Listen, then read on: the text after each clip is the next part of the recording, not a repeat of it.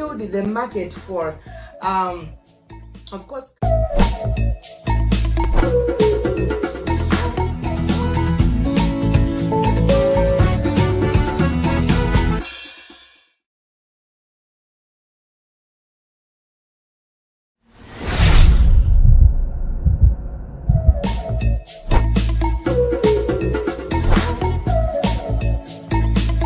So now this had killed the market for, of course.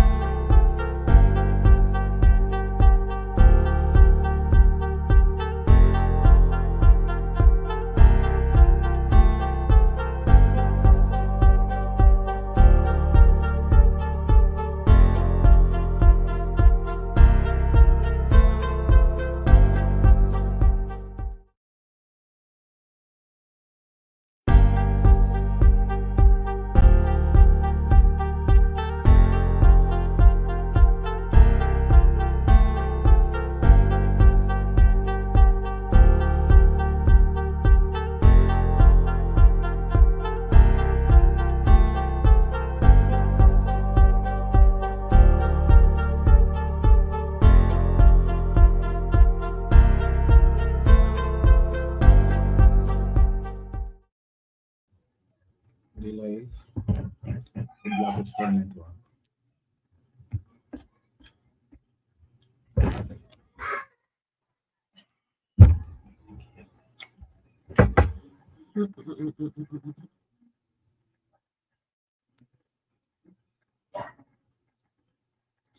You're welcome on Blackwood Fire Network. Good evening from Kampala, Uganda. It's Africa Maria with my colleague INNOSSETU. Of course, today is our Wednesday, and maybe we've come a little bit late, but yeah, our lights were off, but we're back on. We hope to meet our dear viewers who may be a little bit busy now, but like always, it's always a pleasure having you guys here, joining us in our chat rooms, and of course, dropping your comments. And today's discussion is going to be about Cyril Ramaphosa, the president of South Africa, of course, swearing in for the second term. Last time, of course, we discussed about the probabilities of Ramaphosa taking over as a leader in South Africa, and also explored different political parties that were up against his political party, and also the challenges that, of course, South Africa is experiencing. And we were looking at a situation where people would actually maybe hold the bull by the horns and bring the change that they have been.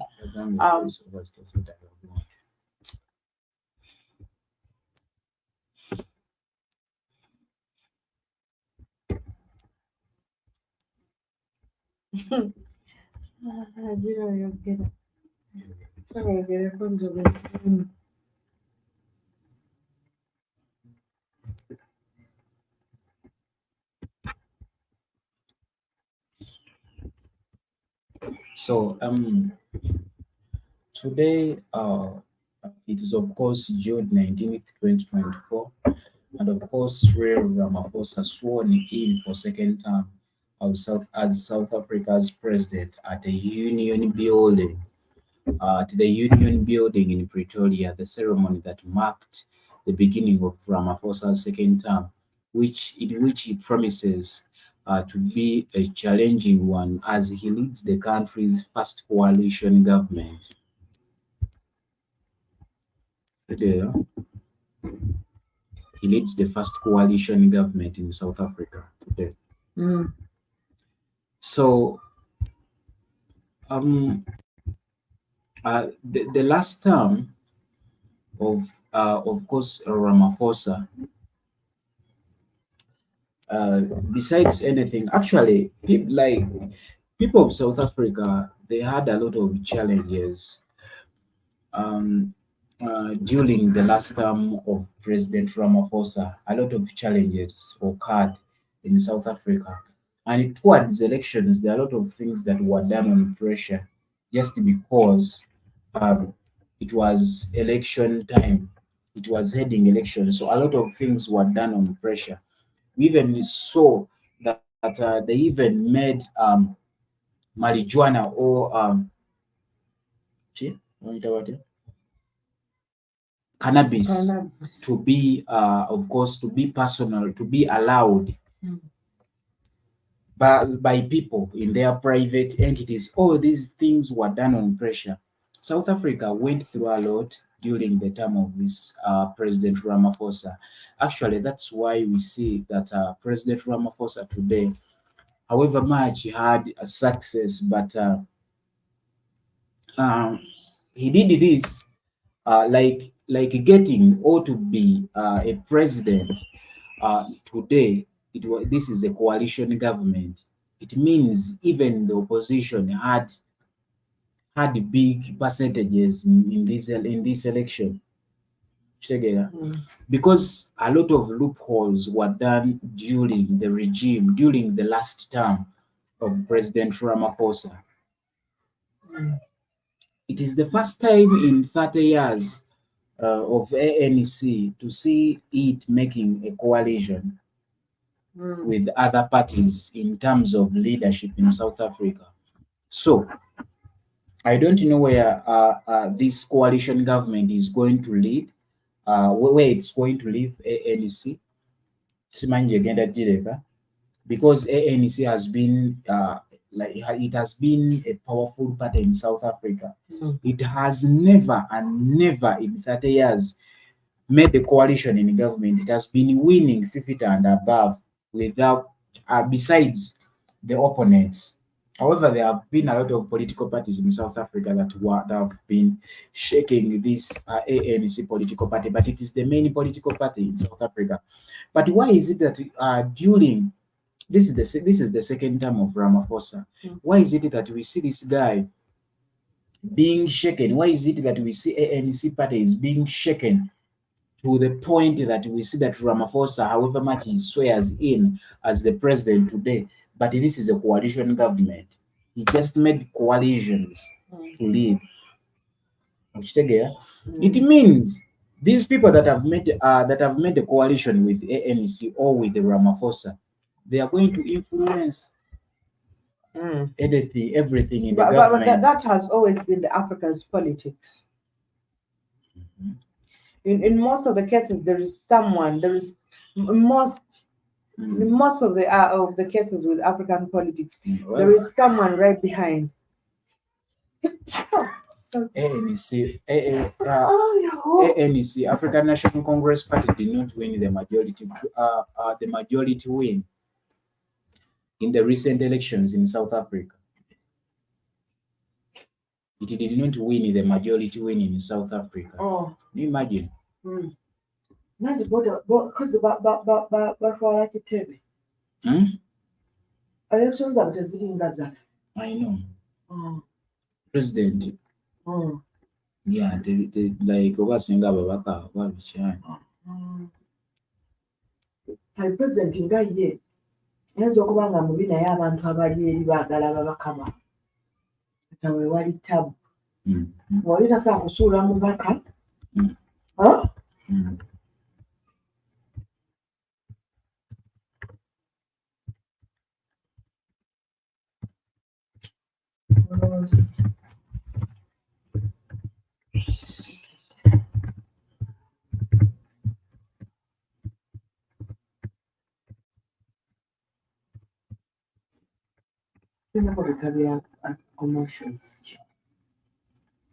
Naye tusooke tukoleko kimu.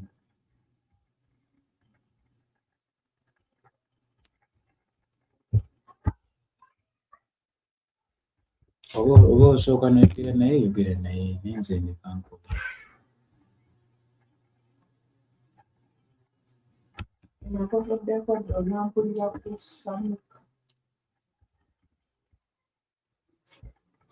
So,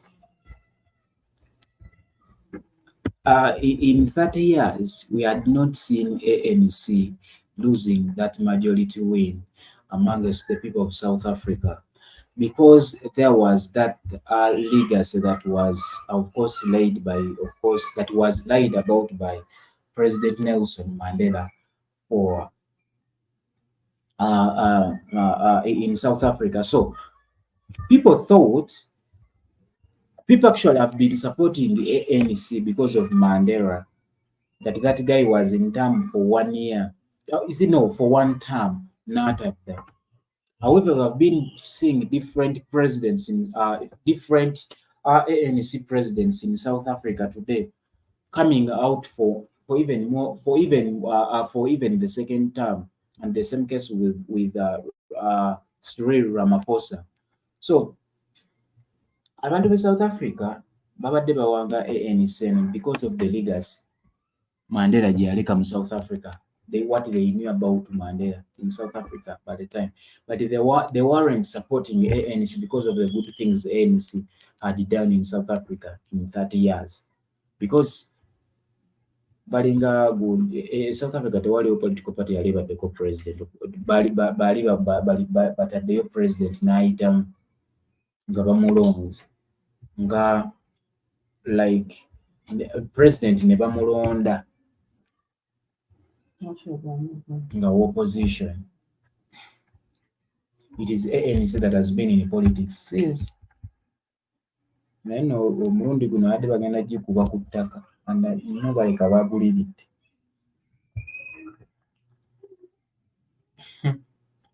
There's always a lot of corruption within there, because not every, people of South Africa already fed up with this particular party, and for all this time that the ANC has been in power, South Africa is still experiencing the same challenges, though they have an agenda. But somehow I feel like that since ANC lost the core values that it had started with from the beginning, we shouldn't even be expecting too much from this very political party or from the partisans. First of all,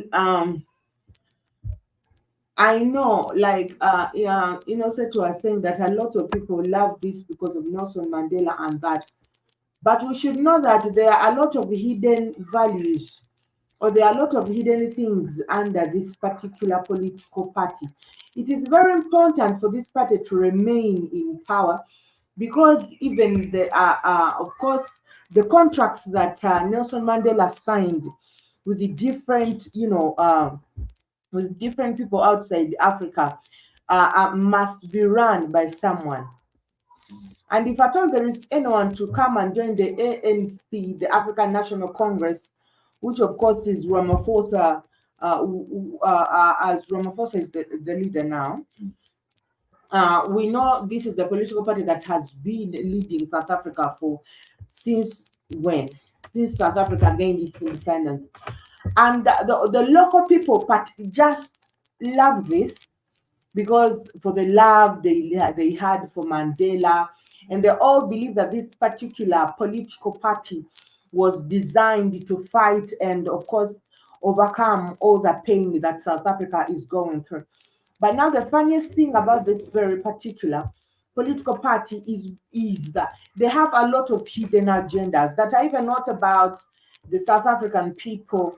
The agendas that are not even benefiting the agendas that are not benefiting the people as or the Africans as a whole. When Nelson Mandela became the president of South Africa, and also being one of the leaders of this particular political party, South Africa led an example. Everyone was praising, talking about South Africa. We expected all over the news, no matter where the channel was, it was very hard not to of course, see a story or a headline that was run, and of course, coming from South Africa and presented by Nelson Mandela. So Nelson Mandela was such a huge icon to not only South Africa but also the Africans and the world at large. Now, Nelson Mandela comes into power. He signs a lot of treaties. We see him given a lot of awards, in South African awards that should be actually earned by the South Africans, giving them to different people, Chinese and a lot of other people, races. You have got peace in South Africa and all that. And him being put at the front pages all over the world, and of course, um, leading and saying, I'm going to be a president for apparently one term, and I'm going away. And we see other in C, of course, leaders coming into the picture. South Africa as the nation, it is very, very green about the, of course, ideologies, the new ideologies. Because if you check into history, you'll understand this particular political party had strong and beautiful manifestos. It had good memorandums. It had good, of course, criteria, and it changed along the way. And as ANC kept on changing, we realized that a lot of people who had, of course, trusted this and joined it, and those who were willing to lose their life for this, for South Africa, started to withdraw from this political party after realizing that it had been perpetuated by the whites. And this is why you see throughout the existence of South Africa gaining its independence, and of course, black presidents or the black African presidents taking over in South Africa, there has not been change between the black South Africans and the white South African. We still have a certain kind of apartheid policy, but in a kind of a different way. Now the roads are shared, right? And other things are still shared. But if you look at the most you will find that there are even some hospitals where blacks still don't go in South Africa. And even education.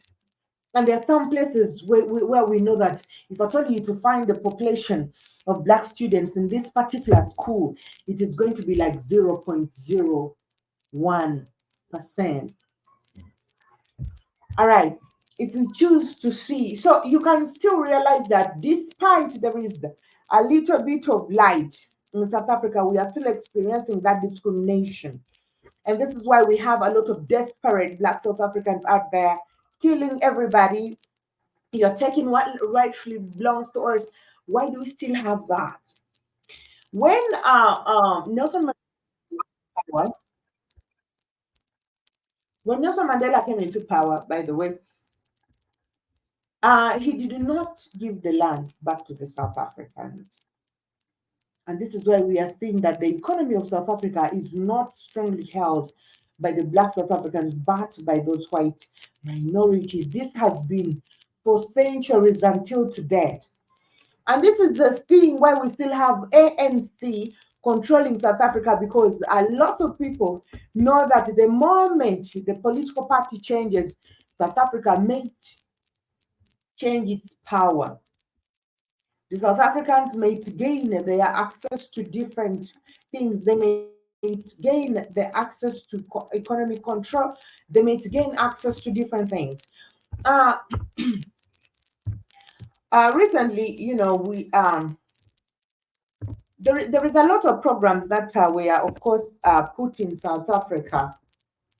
Okay, there are a lot of programs that were put in South Africa before now. A lot of tests being done in South Africa, a lot of vaccinations that were produced in South Africa. From South Africa, the vaccinations were brought to the different, regions of Africa, but they were based in South Africa. These were the memorandums that these people signed with the pharmaceutical companies and the World Health Organization and all those that deal with the destruction through medicines and pharmaceuticals. Now, Now we are seeing a little bit of this is changing. And I know recently we've seen a lot of South Africans. By the way, it has been a surprise for me to know that Ramaphosa won this election again. Because it is people in South Africa have woken up. You understand? They have woken up. The Kenyans had woken up. Now the problem the Kenyans had, Ruto came with a very new tactic. You know, he had his slogan, I'm a hustler kind of shit. And we know everybody's a hustler in Africa, more especially the youth. So when you look at someone who wants to be a leader and is talking about hustle, then probably you think this person is going to understand the game. These people know the mentor, the mind game. And this is what Ruto played with the South African. I never supported Ruto, not even for one second. You're supporting now. Malema. Malema? Julius Malema? No. Back up. So, it is. So,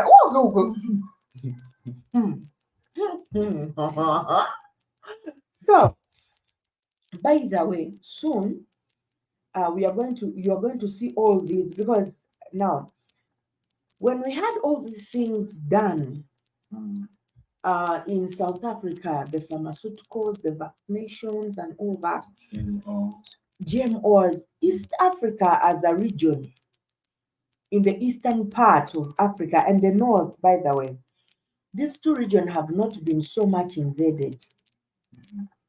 And the World Health Organization, the pharmaceutical industries have not so much extended their arm to this particular region. Truth to be told. And that's why even when you have to look at the people in this region, there is a little bit, you can think it is quite a different region entirely. Now, I know now they are and they are putting their center right now in of course Kenya. Now Kenya is going to be the center of this, and it's going to be very easy for other East African to be. We have a country like, of course, Tanzania, which has for a very long time tried to escape. But of course, the new president of Tanzania after Magufuli, of course, she embraced a lot to do with the whites and their plans and their agendas. And but now we are seeing that Kenya, by the way, through Ruto, Kenya is going to be used against the African people, whether we like it or not. And this is something that Africa should be willing to, should be ready to experience. And we are also going to see a lot of different things. We are going to see the generation, the struggles of South Africa shifting. And this is because the ANC party, everyone didn't believe, because they know they have been weak. People have given up of them. People have given up on them. People no longer trust this political party, because there is no way people are going to go hungry, where women cannot even afford sanitary pads, where mothers cannot even afford milk, where people cannot afford a 3 square meal, and you are in power for 5 years, 3 to 5, and they elect you again. They were still very much aware of the situation, and we saw a lot of youths trying to withdraw from this particular political party. And even those, when these whites use you, and they see, for them, everyone they use is this, they are dispendables. The moment they use you and they see they can't use you anymore, they let you be, and they look for another person. Now, Ramaphosa has won. I'm seeing a lot of chaos, of course, because it's going to be hard for this particular man to maintain South Africa. He has failed. It's going to be very hard for him to maintain South Africa. And of course, we know the greed of whoever is behind South Africa's control taking over. And then we see Ramaphosa coming again in another term. I do not expect that. I do not expect that because I know, first of all, the turn up of young people was very low in different counties in South Africa. A lot of youths, now this is a problem, by the way. This is another challenging thing when it comes to the youths of Africa. When we are supposed to hold the power in our hands, we are very reluctant. Because deep inside, everyone knows, even if we go to vote, they are still going to cheat. Even if we go and of course, vote and do whatever, we know they are still going to read this vote. So throughout the elections, we saw a very, very small turnout of the South African youth. So apparently, a lot of South African youth did not contribute to these elections. Sure, this is a sign that the youth themselves do not even trust their own government. Because they did not turn out to vote. They did not turn out to, make a choice and change. Because deep inside, they know no matter what we do, at the end of the day, whoever they want is the one who's going to take control. And I remember the time Ruto won the elections in Kenya, people were still in question. Kenyans themselves were not even satisfied with the results. But there are people who are satisfied. It was very important for Ruto to be in power because of the things he's doing now. Yes. It was very important for Ruto to win the Kenyan election for the purpose we see him do now. Yesterday there were riots in Kenya. People are not satisfied with us.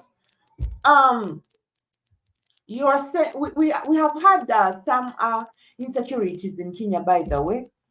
But now for you, you decided to get the security, you take them to Haiti. And I know Ruto has signed deals, of course, increasing the Kenyan shillings to a very to make it bigger than it has been, to give it value, simply. And we should expect to see Kenyan shillings rising to the top, and it may even rise higher to be even one of the biggest currency during this regime of Ruto.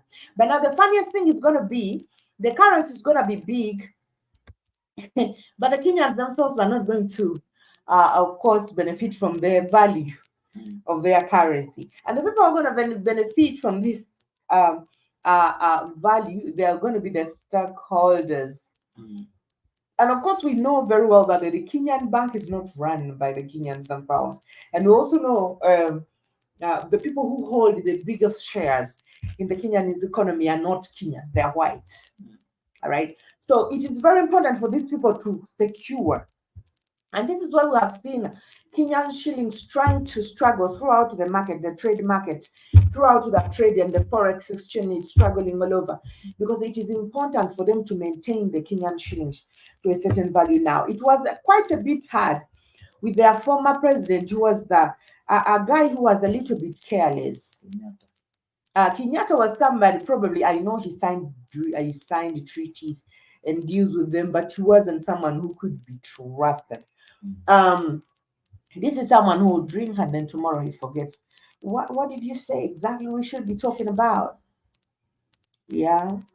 So and now he was trying to, of course, he was also trying to lose he was trying to lose control, and they were trying as well to lose control over Kenyatta, and they knew they needed someone new. And Ruto is a typical hustler, like he says, because a hustler does not really care. All they look at is, they don't really mind, they don't really care. Hustlers don't really care about a lot of things that people first look at and of course try to study and do what. A hustler lives for today. Swear.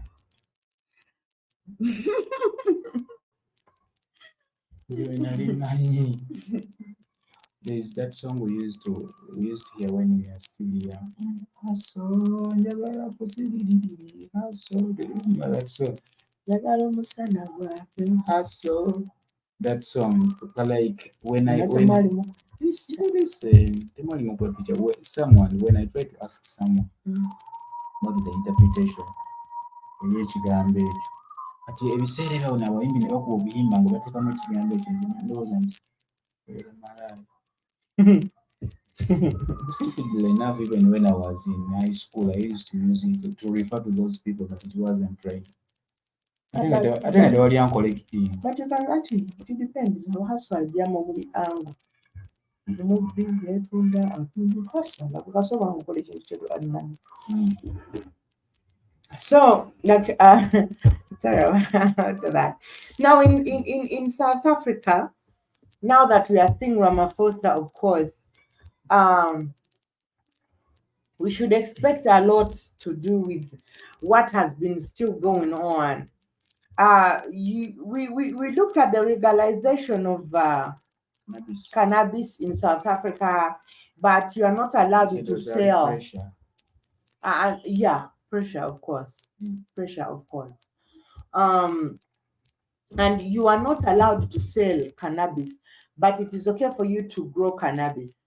And but I know very well if it is okay for someone to grow cannabis, it's going to be hard for you to control the trade, the selling of cannabis. If the South Africa wants it to be on the black market, or we have those other big people who are going to be dealing in selling this to different pharmaceuticals, to pharmaceutical companies.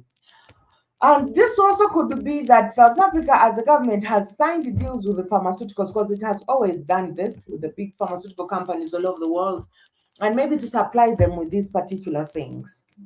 All right. But except that, at times there is a game that people usually play, more especially a political and economical game. When you put something like it is okay for you to plant this, that means next time when you see hectares and hectares of cannabis, you shouldn't question yourself why someone is planting that.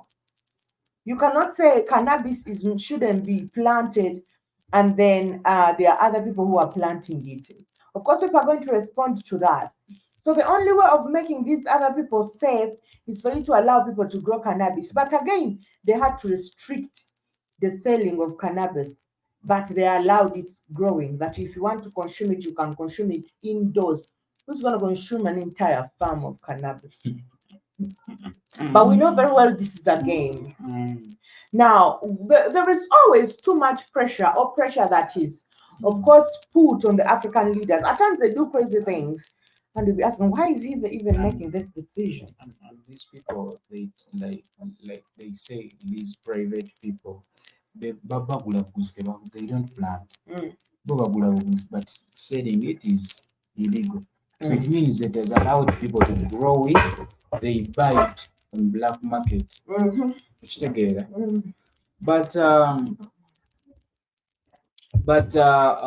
we see that South African President Ramaphosa was re-elected by the lawmakers for the second term, and we see that after his party struck at a dramatically late coalition deal with the former four just hours before the vote, Ramaphosa, the leader of the African National Congress, now won convincingly in parliament against the surprise candidate who was also nominated, Julius Malema, of the far-left economic freedom fighters. So Ramaphosa received over 283 votes to Malema's 44 in the 400-member House.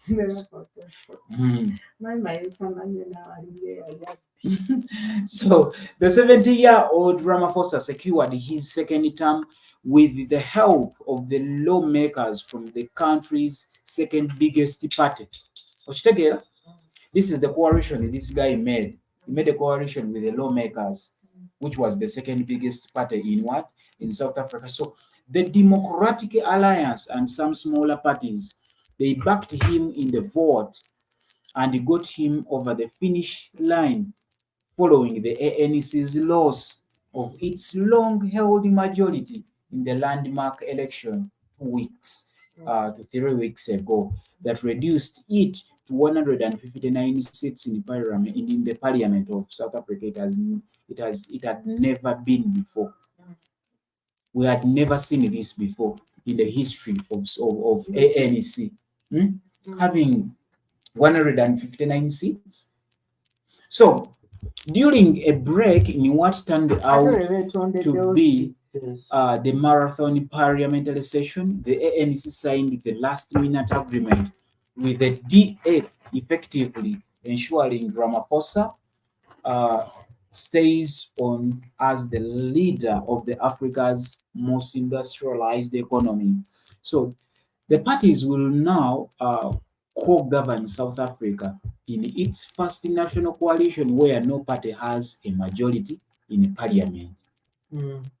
Kitegeera beegase bwegasi ne bagamba katukuyambe. Kitegeeza ANC akola ki yagwa buli omu alina share ate ng'eri equal. Kitegeera? So the deal, referred to as the Government of National Unity, brings the ANC together with the DA, which are the so-called lawmakers in South Africa. They formed that party, which was the second in South Africa after ANC, and a white-led party that had 4 years been the main opposition and the forced critic of the ANC. So at least 2 other smaller parties also joined the agreement. So Ramaphosa called the deal, which sent South Africa into uncharted waters, a new birth, a new era for our country. Can you? So it means the ANC is an old era for South Africa. Now the ANC, in actual sense, the ANC would have actually failed. But these people had to emerge. They had to. People are very corrupt. So he also said that it was time for parties to overcome their differences and work together. Which one? Can you imagine? They should say whenever they party. So this is what we should, and this is what I am, of course, committed to achieve. These are the words of the President Ramaphosa. Why didn't he join these people before elections? Is it that after seeing ANC falling into the ditch, now calls up for coalitions, calls up for friendship? No, like I said, there are a lot of deals that are usually signed when circumstances like this happen. I knew very well that Ramaphosa or ANC is never going to win these elections. And actually, if not for the emerge of these other parties or these other people in the parliament, we would not see Ramaphosa now as a president. But like I said, Africa is full of traitors. Because when you create your own political party, if you become a politician, let me say a leader, because I hate using the word politician, though it is inevitable in Africa, but or in the world of rule. When you decide to create a political party, you always have your own goals. Right? So if I decide to say that Maria, probably I want to be the president, I have a lot of things that I would wish probably my country to achieve. Okay, that means I have goals that I'm going to write down, and whoever will be following me will still have those goals. Now, and this should be a practical thing to show that a lot of people join politics for money, for fame. And most of them don't really join politics just to, of course, for the cause of bringing change. Now, these people decided to merge with, of course, ANC to make, of course, to make it able for Ramaphosa to win these elections.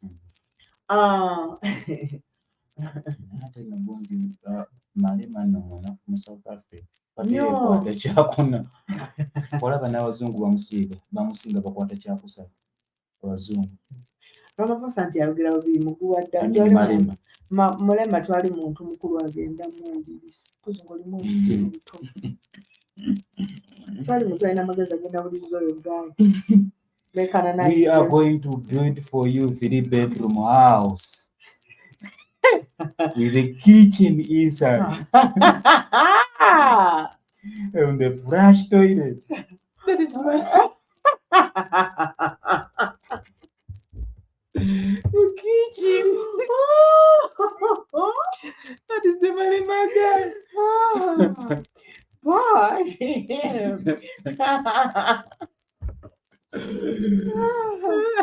Politics is weird. So these people decided to merge and of course have one of course emerge under this.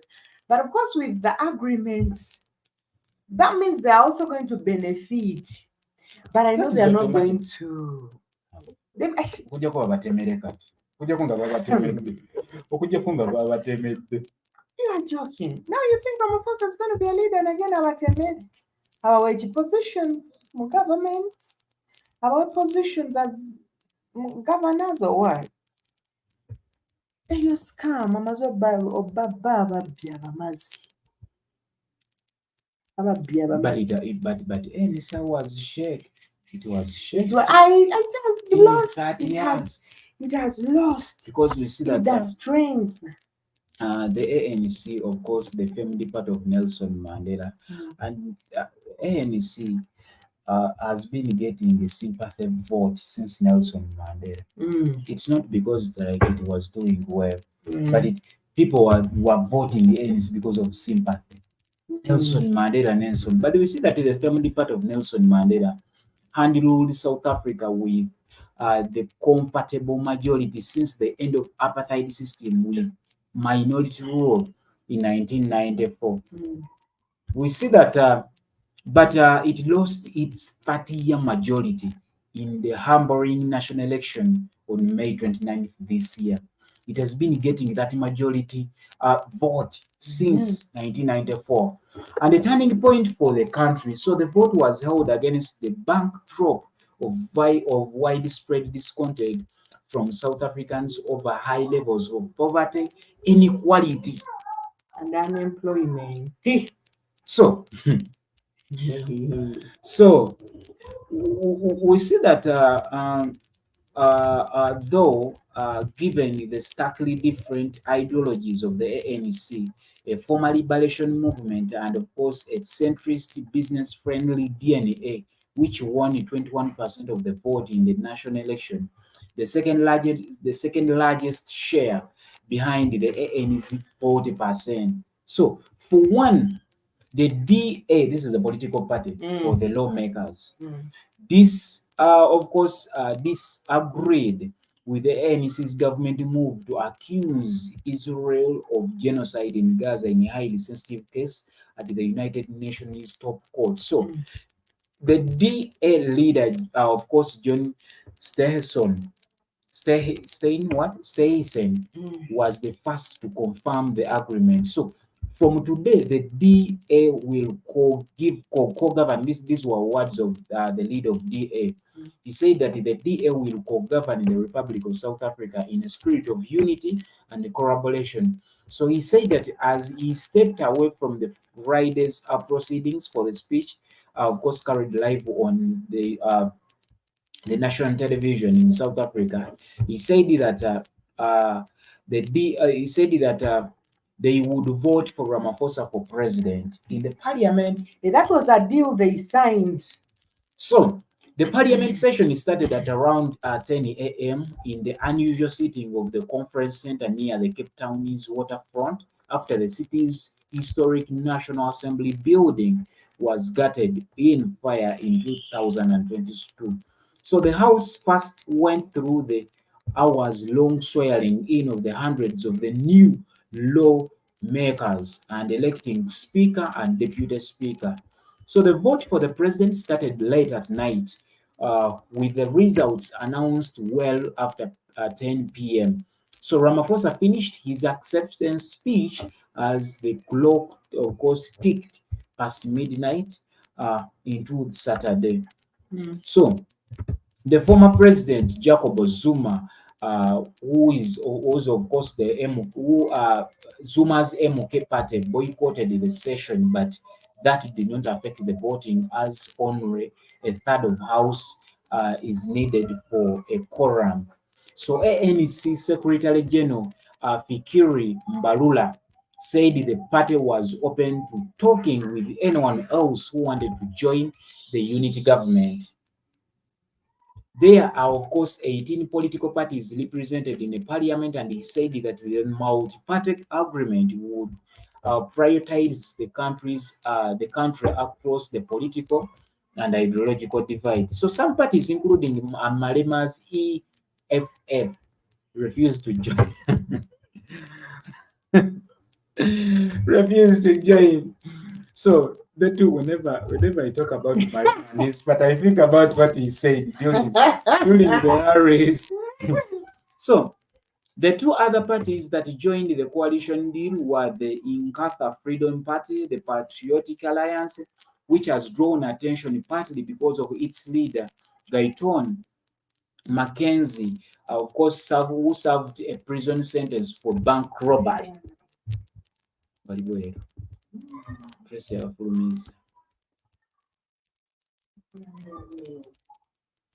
So, MC Kenzie said that Mackenzie said he had been given a second chance in life, that South Africa also had won now a chance to solve its deep socio-economic problems.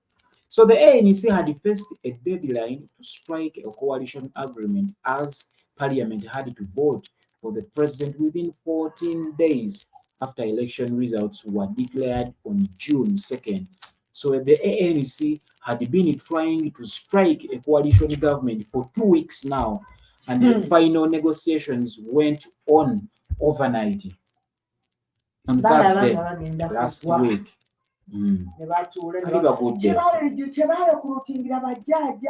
Bali bagudde bayingiza bajaji mu gundi mudi bayitirivu nnyo okusobola okufuna namba. So South Africa sente zigenda ku floating abantu bagenda kulya sente ze batalina mu makoto.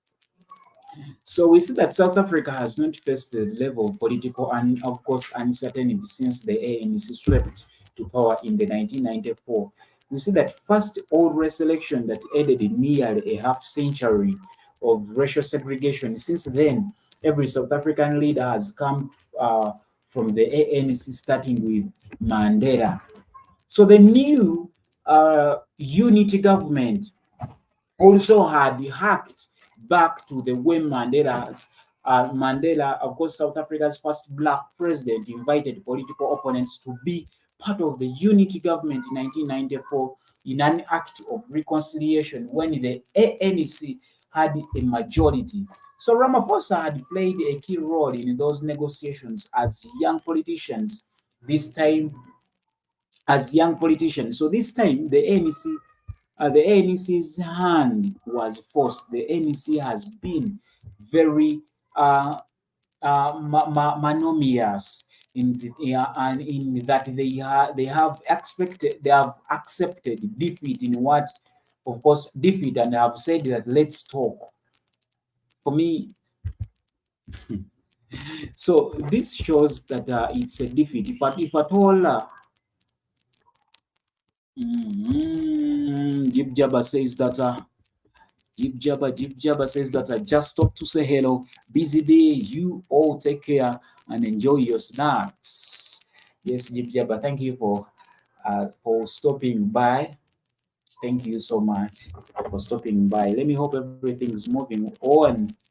Sawa sawa. Let me think everything is moving on well. Yeah.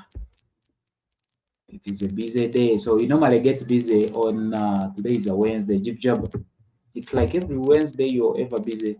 But thank you for dropping in and for showing support for our shows. We are here talking about the second term of Ramaphosa. Ramaphosa today has sworn in for the second term in South Africa amidst the coalition government, the unity government that is in South Africa today. So he's not himself now. He's not himself now. It is a unitary government. A lot of political parties married to create this unitary government under the leader of Ramaphosa. So under 40 years, we are seeing ANC losing for the first time, because this is lose. If at all ANC can come out and call all those people that want to join it or to make a unitary government in South Africa.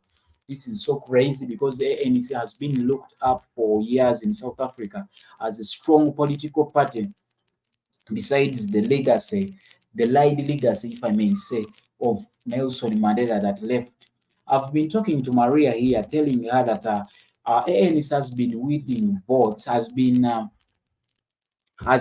of course getting that majority vote in South Africa because of the sympathy of the leaders of Mandela left in South Africa. It's not because it has been doing good. There are a lot of loopholes ANC has done in South Africa.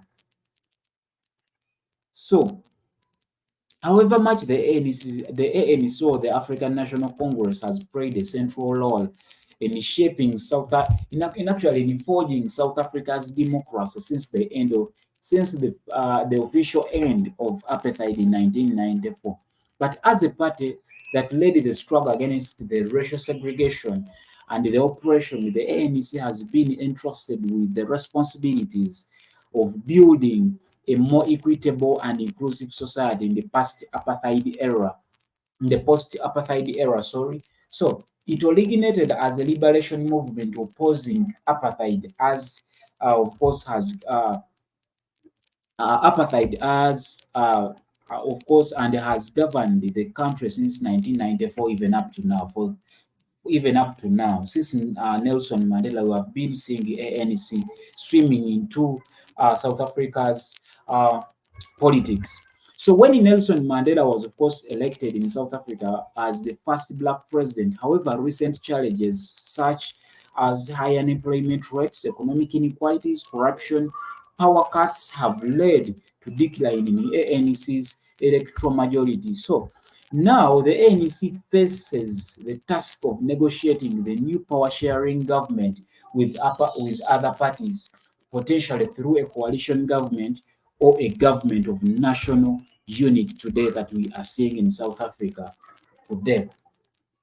So this Ramaphosa has sworn in today as a unitary government, but we see that our ANC over time has been making blunders in South Africa for over these 30 years, where we are seeing things that are not moving on right under the leadership of ANC. I will not look at Ramaphosa as a person because there are even more leaders that have been in South Africa leading under the ANC.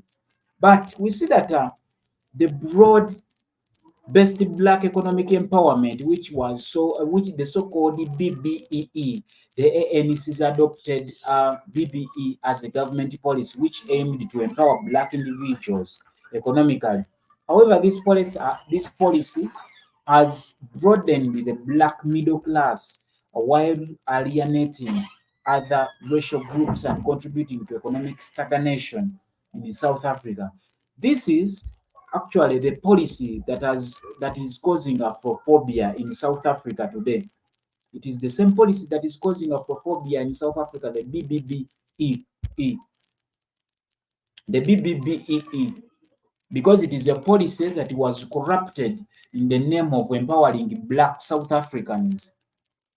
However, it has just, of course, created racial groups in South Africa because there are people. It has created inequality, economic inequality. It has just caused economic inequality among the people of South Africa because the people that are supported, the policy supports people that are rich in South Africa. We don't see ghetto people being given, of course, programs under this policy, the broad-based black economic empowerment. We don't see ghetto people, we don't see people in villages, we don't see starving people being given chance to, of course, empower themselves, but rather the rich black South Africans in South Africa. These are the people that are supported in this, and this, of course, has alienated a lot of economic stagnation in South Africa and the different racial groups. No matter why, we see very many South Africans fighting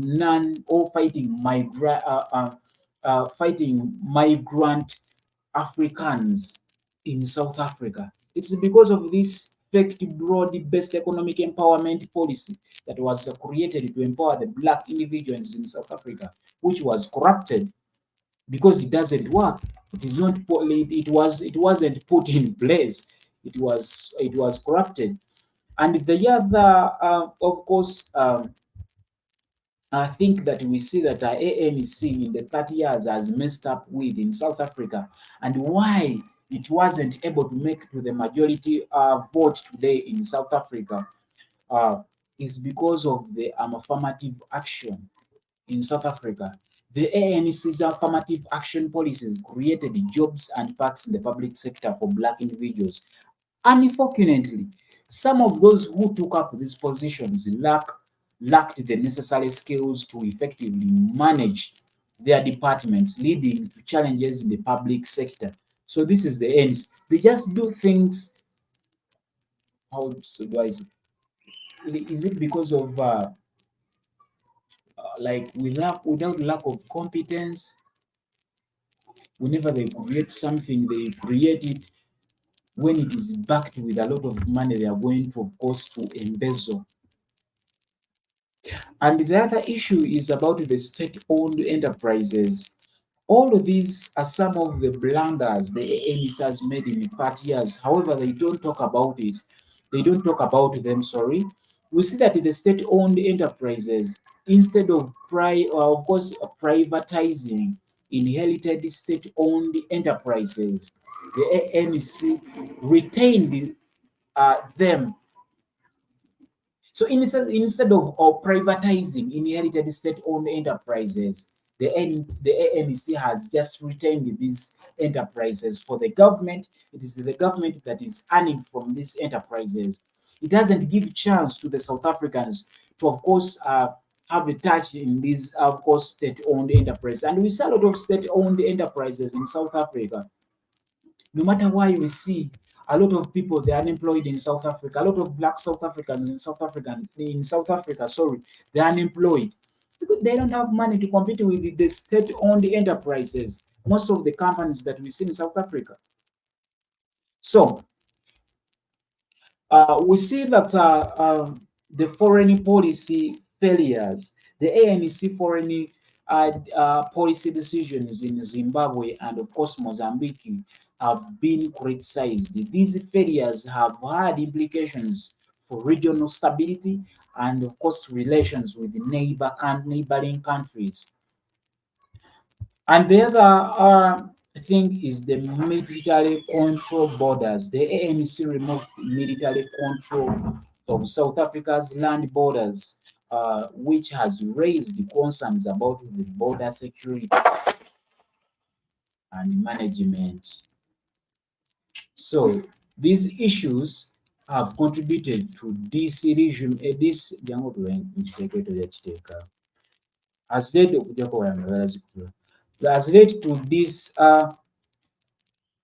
disillusionment among the ANC supporters and have impacted the party's electoral performance as South Africa has impacted the South Africa's electoral the ANC's electoral performance today.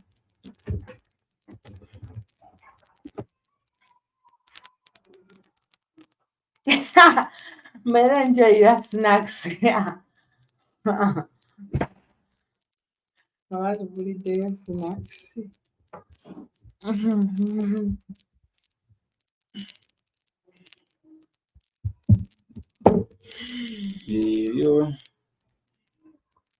Yeah, yeah. So I wanted him to buy for his snacks. Yeah, as you could. I cry Congo, your snacks. He's a kind of the check, yeah. My camera must switch. Kaya kurumisa njala. Kajya kurumisa. Katananga obutenga tebutambula. So,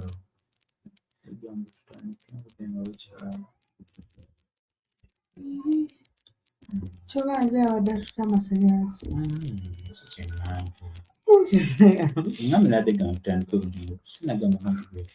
Nonno obadde oli mu kudizayininga gundi ate wakakingambako mirundi mu kitundu kya ssaawa.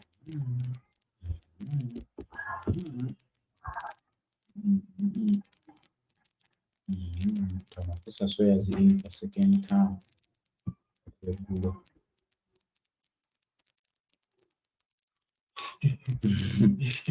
Alijeko isizayo dakiika musanvu. Ng'erumba egenda. Enaku tebakyatulaba.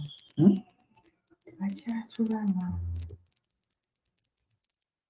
Naye yadde ababa Bano abaana babalabanga nno. nga baliko 16 Oyagala kukola competition? yetandabe.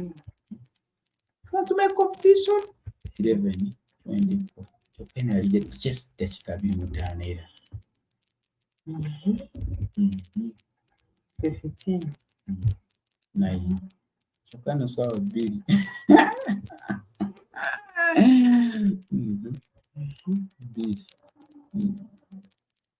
Naye wano nabakuba challenge. Tulengere njagala gwe otulengera 23, 23, 24, 17, 24, 2. Anti dakiika 28. Dakiika 28 naye dakiika 6. 2. Aba 36. Ziza 36. Njagala olabe ne duration. Zonna ziizo. 36 weeks 2. weeks 2. Ate wano gw'oliwo olaba ng'ali ku 36 manya aliwo ne mukama we. Nze obuwulidde gwe ne bw'okanyigamu. 18, 15,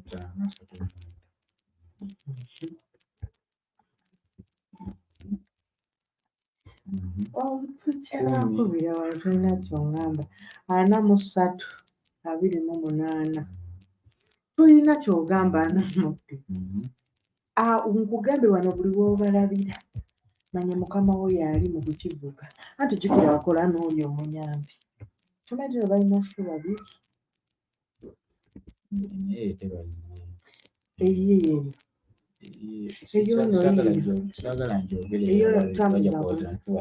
Eyo no yiyo. Eyo no. Naye nga talina mukama we. Ng'ali ne mukama we. Kati bwe tumala ogendeyo ogirabe. Bwe tumala ogendeyo ogirabe. Bagiyita webanga koleeko ekyo. Ate n'oli ku bya 9 months nno. Anti sho bagiyita we bati. Tujogera naye bwe bagiyita. Kati bwe tumala ogende wali anti nkugamba oli mukuwakanya. Bw'omala ogende wali mweri eriko 10. Anti ogambye bagiyita. Bwe bwala ogende anti olumu tebakola eyo. Eyo jjukira ebeerawo ekiro nnyo. Kati ate okuva we bakola eyo takyabeerawo kiro nnyo.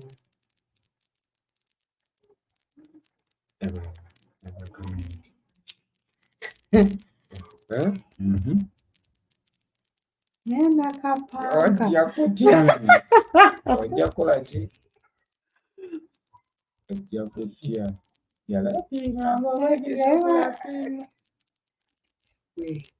naye naye balijjako okuva we bakola suuti. Because ono aba alina ogenda ewaka takyasula. N'oli ng'asula awo yabeerangawo ekiro. Kyentegeeza. tebakyagikola kiro. Bagenda kutunda enjala. Tola nti ebikumi ensinga 9 kitegeera takyabeera kiro no munyambi yajja kiro mu ssaawa 4. Bakitandikanga 2. Nono Babigera nti twabeerangako 2 wano nga ssaawa ziri 2 n'agenda. Ono naye yagenzeeyo dda. Mulabe Nakatu. Ramaphosa.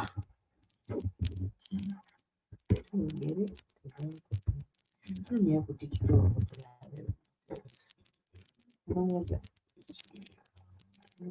Bali naye nono Maria tubanja ssente nnyingi. Bawanje Mutwala. yagambye ati. Banja okujjayo tipi. Batamanyi bali bali ku nnyumba yo. Bakolayo. Anti bali balina building so balina omwana alina ebyokuzanyisa. Bonna bali awo ku mulembe gwabwe bazanyisa okuzanyisa byabwe. Anti Tracy. Nsagala Tracy. Sigamba nti no like what? Naye Tracy. Bulijjo tebabeerawo ne bawoggana. Byali balese kati kuba enkya bagenda kukaaba okwagala okugenda.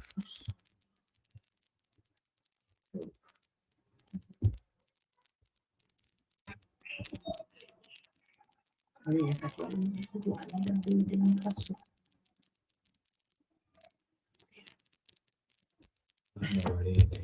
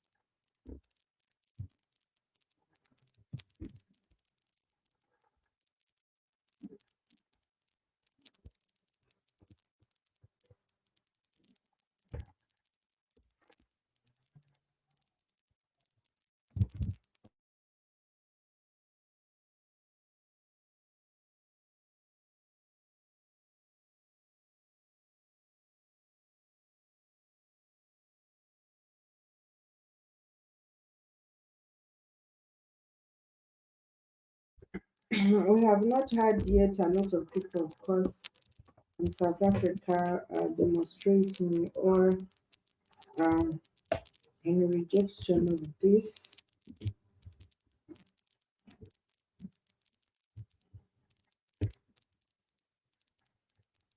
Um, but of course, we expect, because if at all the party, Ramaphosa's party, has not been elected, or if it has lost all its value and the trust that the South Africans have towards it, but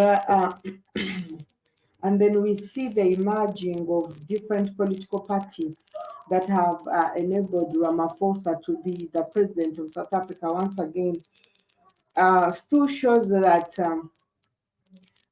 this Ramaphosa, or his political party, or the African National Congress, has lost its value and touch in South Africa for having run South Africa for apparently a duration of 30 years. Um, um, Before even this, we should all, we should all bear in mind that a lot of people,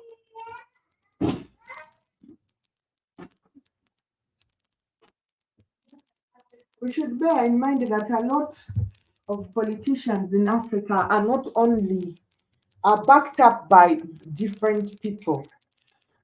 Whether we like it or not, the Africa's politics is backed up by both the foreigners, or foreign influence, and also the influence of the rich people within the country.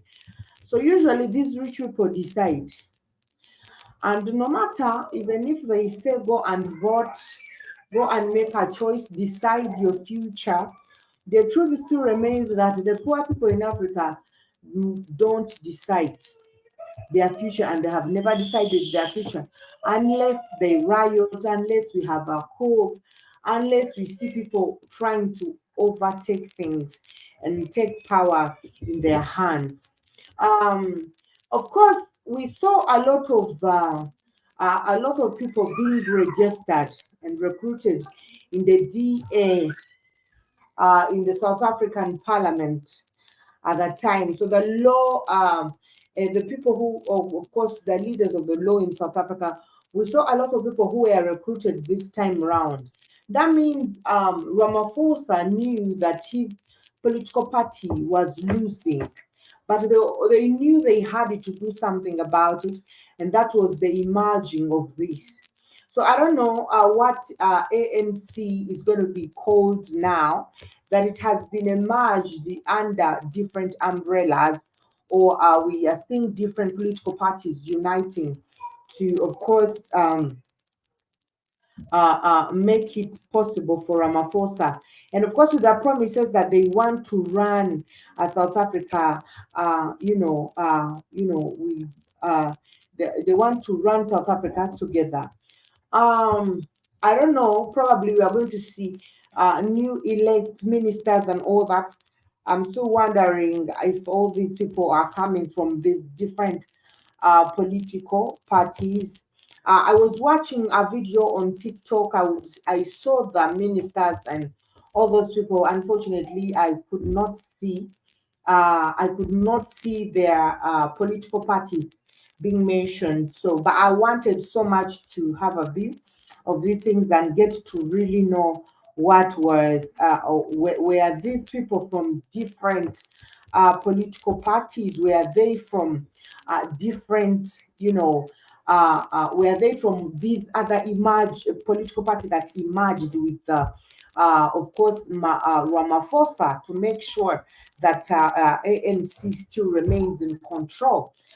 Because I'm expecting such a thing, because once we have the emerging of this kind of caliber, definitely there is always an expectation. There are always promises that are made, and when this, of course, when Ramaphosa says that if at all we emerge, we are going to rule South Africa together, that means there are chances that each we are going to see political positions or responsibilities being given from these different political parties.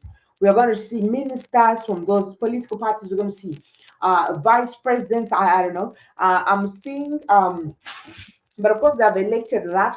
So we are going to see the sharing of responsibilities between these. But usually, always the problem comes that despite the faces we see in the African politics, there is still those unseen faces that are still in control of this entire thing.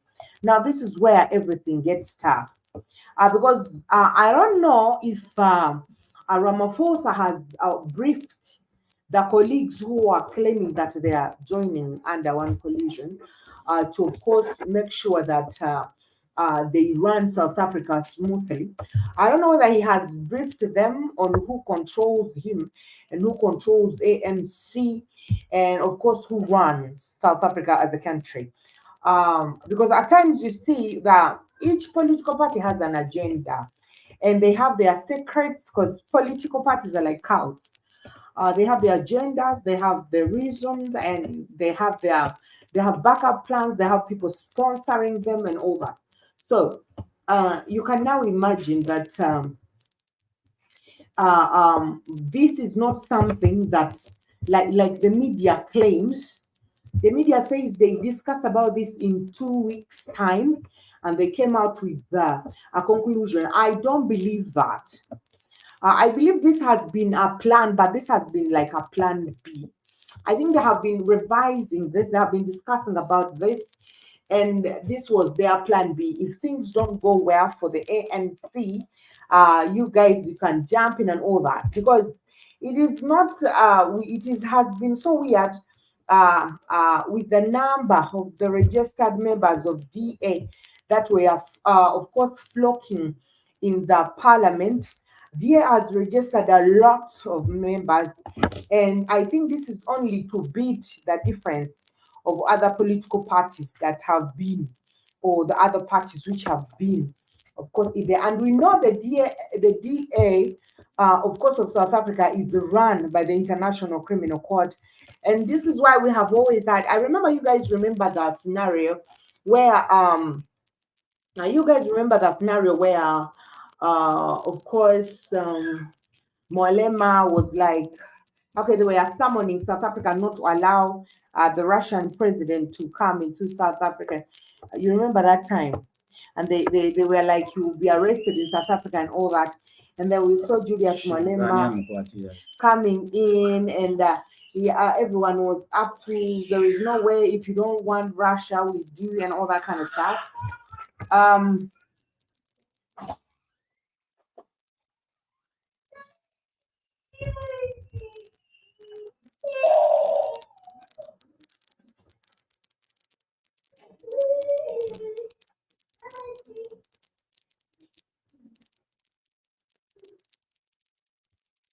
So you can understand how that thing is being run. Now, we see such kind of politics in Africa here usually.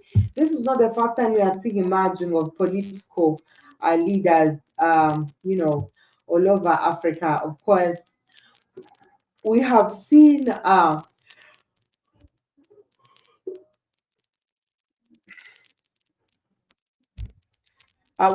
different countries, even in of course in Uganda, there is a certain time where we saw political parties emerging to make sure that they win and all that. But of course, we have different comments from different people who are talking about this particular Ramaphosa. Andile Mangsi says that uh, Ramaphosa is not a leader, really. He was never been a leader. He said he's a paractich or an agent of the party, but he presents himself as a leader.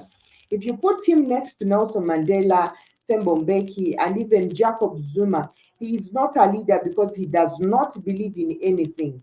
He goes with the flow. He wakes up in the morning and says, "Which way is the wind blowing?" And I'm going to go that way. All right, and of course, this is what, of course, also Moletsi Mbeki said about him. So I remember vividly. Now you guys can see this Moletsi Mbeki actually said this like in 2022. He said, "You see, Ramaphosa is not someone who represents the African National Congress. Ramaphosa goes where the wind is, the direction of the wind is taking him. And of course, he is somebody who is there to represent himself.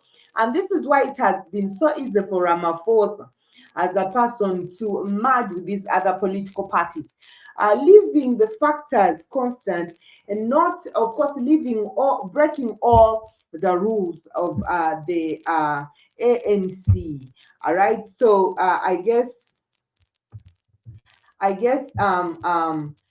his brother was right.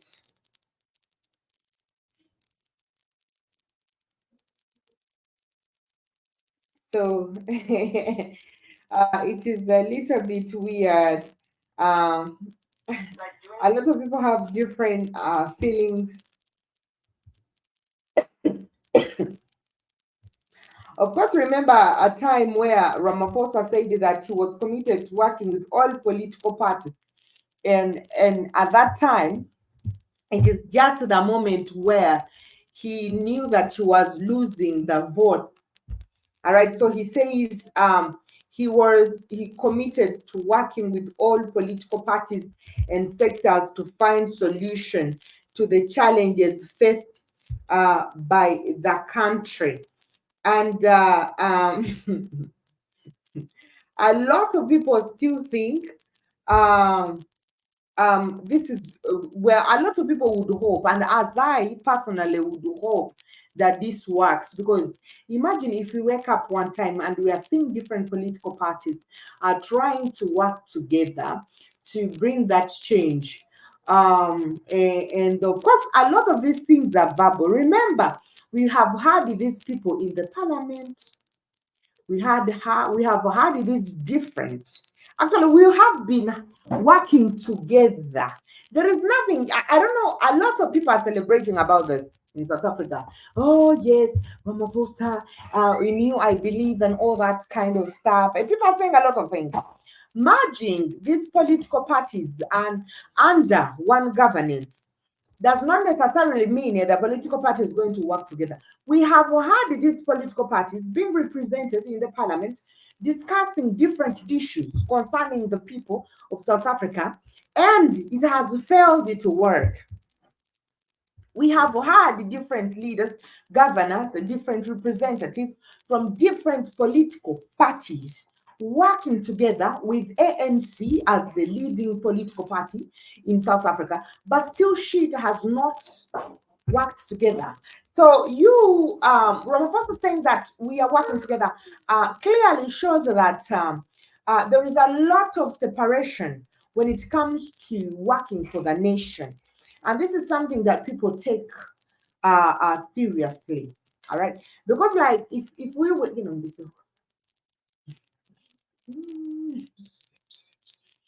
if we wake up one time and let's assume we say in Uganda we have one now. There is one political party, of course, with Bobi Wine, the new National Unity Platform, and all that.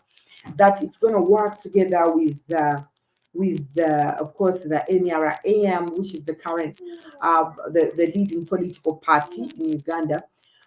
it does not make sense for you to say that because they have been working together. We have seen ministers who are from this very opposition party.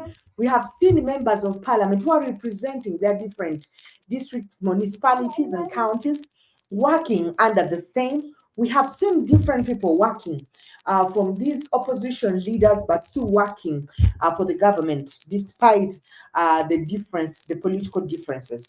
Now, if at all Ramaphosa says that now South Africa is going to work together, South African politicians or the South African political party, more especially the majorities, are going to work together to make sure that they find solution to the things that are affecting South Africa. Should we say that these people have not been working together?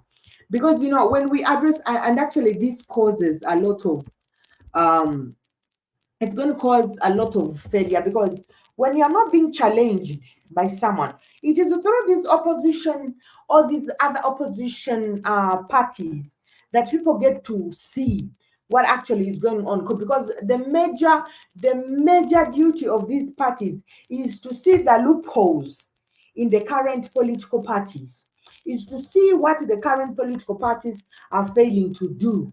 It's for them to see what Ramaphosa cannot do in South Africa.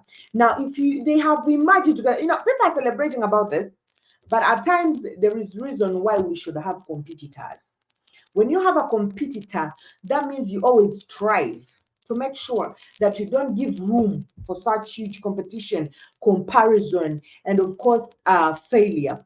Now, if we see Ramaphosa emerging this with a certain number of political parties, that means at a certain time they are all going to account for the failures that this current government is going to have. That means next time you're going to have few voices of people who are going to, of course, remind us that the government promised us this and they have not fulfilled or they are not fulfilling.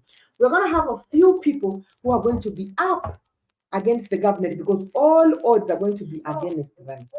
Now, working together does not mean anything. And of course, being an opposition a leader does not mean you hate your country, you hate the leadership, or you hate the political party.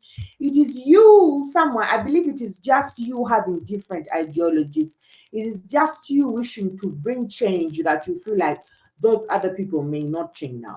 If these people have emerged their political parties with ANC or Ramaphosa, I'm not going to say ANC because that wasn't the referendum of ANC. That wasn't their, of course, mission. But this is Ramaphosa's style, and of course, he doesn't want to let go. Probably, if at all we see these people agreeing and trusting in Ramaphosa, yet we see that the public or the South African citizens are not satisfied with Ramaphosa's leadership. But these people have entrusted him with their votes after uniting. That means there have been weak people around. And that means there is a lot of corruption because DA should actually be one of the party that looks at the first thing, the interest of the local people. DA should be one of the, because now, how these are the very people who are still handling the law. These are the very people that are still handling the law. But if the people who are handling the law in South Africa are still doing such a thing, then I'm left to wonder of who is going to, of course, confiscate who is going to ask to demand who when things go wrong, who is going to, of course, punish who when things go wrong. So I think Ramaphosa in South Africa, rather than celebrating, they should actually question this and question the future of South Africa. We have seen in many cases where the law has been taken in the hands of the leaders all over Africa, where a leader thinks it is okay for you to shoot dead somebody else. It is okay for you to kill somebody who opposes what you're saying. It is okay for you to arrest opposers and take them into prison and all that. And we may see this happen because at the end of the day, who is going to judge The person who is going to judge this entire thing has also emerged. It has also emerged with Ramaphosa, and of course they have made their votes for whatever reason they have, for whatever purpose. We really don't know. But I feel like this is something to show us clearly that when it comes to Africa, it's not about what people want. It's a game. It's a game that is going to selfishly benefit the few minorities or the minorities within the country.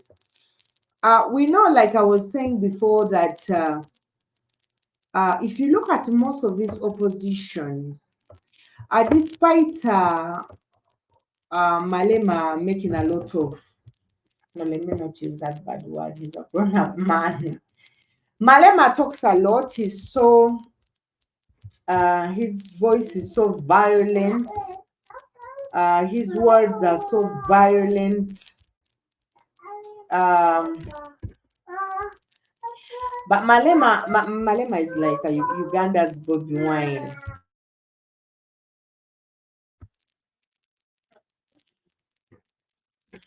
Malema is like a Uganda's Bobby Wine. The power they have is the power of the camera, social media, and all that. But if you're someone who is looking for intelligence, words, or if you're someone who chooses words that are real, not childish, because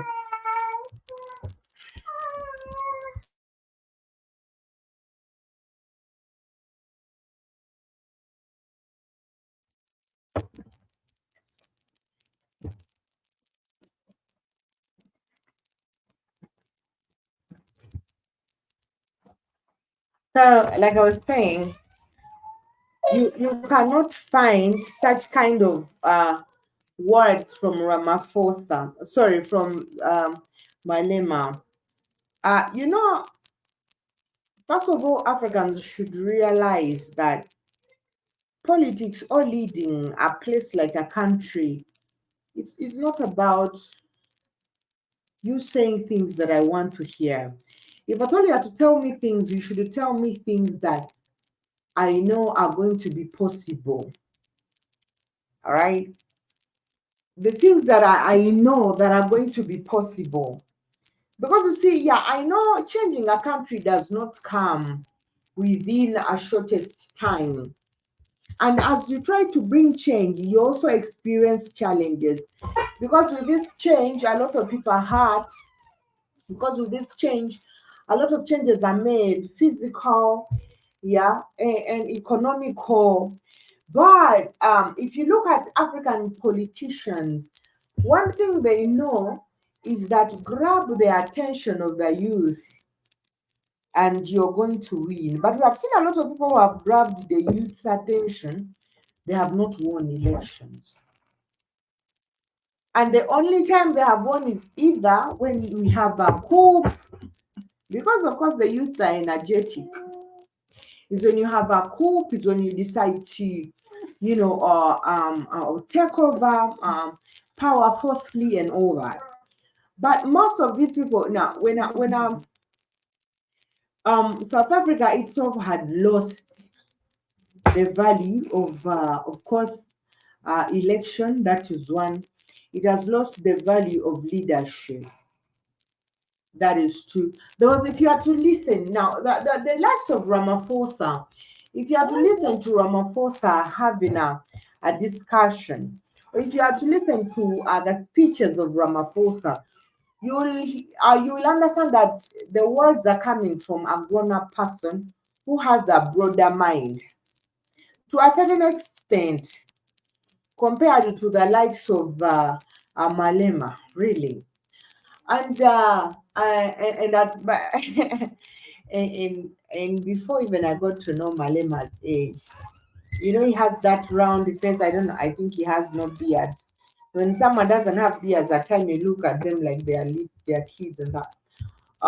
They're young people. Sorry. At times you think they are young and all that. And until I got to know this was a grown up dude, Because the times I'll be like, how can a grown up be talking like that?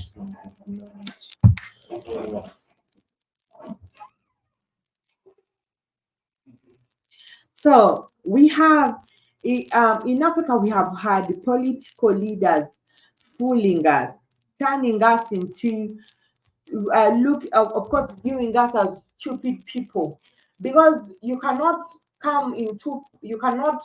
for example, me, before even I give you my vote, I have to know.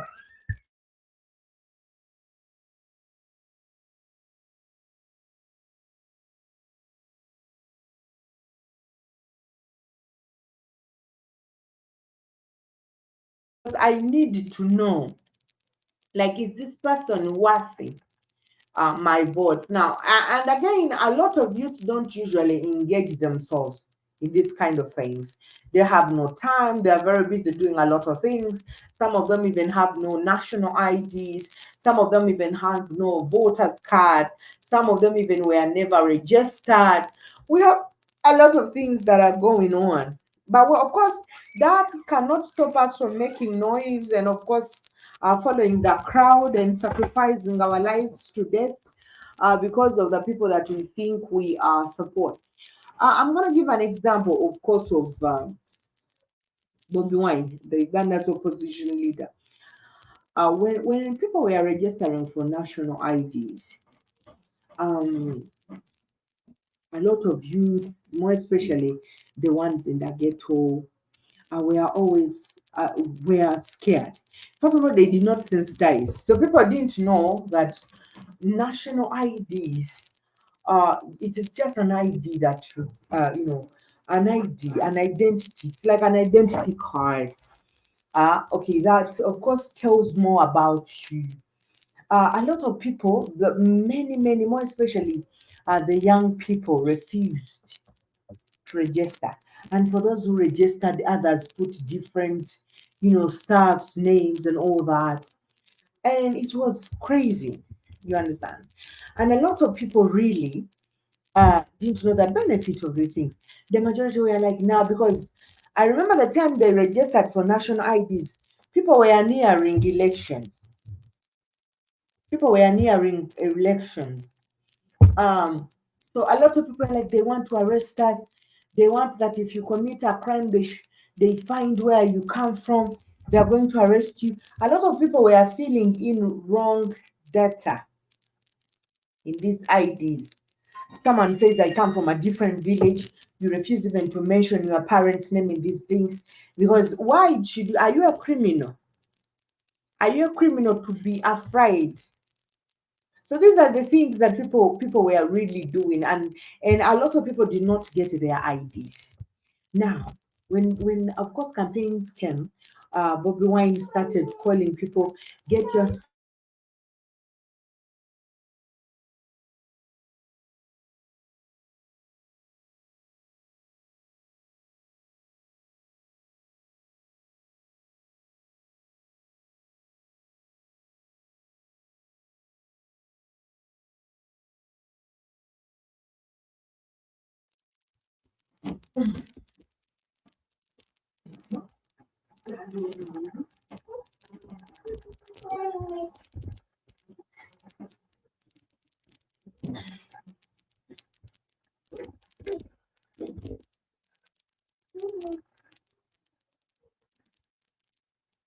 So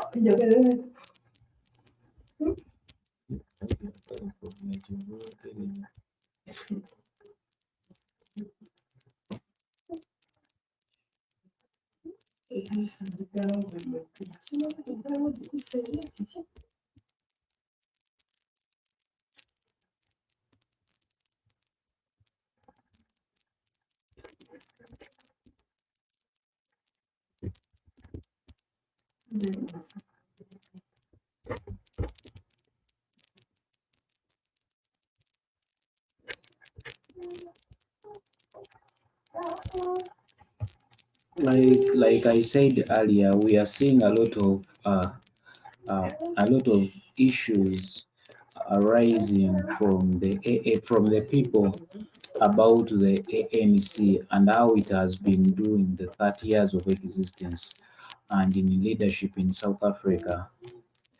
Today's, of course, a coalition, the coalition that was made by the government, by the incumbent president Ramaphosa, who is the current leader of ANC, and of course other parties, other small parties, including the immediate or second party that is leading in South Africa's politics. So this has been caused to, of course, the poor performance of the ANC this time around has been caused to a lot of things, a lot of unchanged, a lot of things that weren't making sense in South Africa's politics at this time, due to the fact that ANC has been promising South Africans heaven and earth in South Africa, but at the end of it, we see that there are no fruits being harvested out of these promises that are made by different presidents that have been flying that flag of ANC for the 30 years, because we have had a number of presidents starting with Nelson Mandela. I really don't know why. Maybe Nelson Mandela had, like, he went in term, he had one term of governance in South Africa, and of course resigned leadership as a president. I don't know whether it's because of he feared the responsibilities that were lying ahead. Like, he didn't want him to, of course, to betray South Africans, uh, um, South Africans by that time in broad daylight. ANC, um, ANC as a party,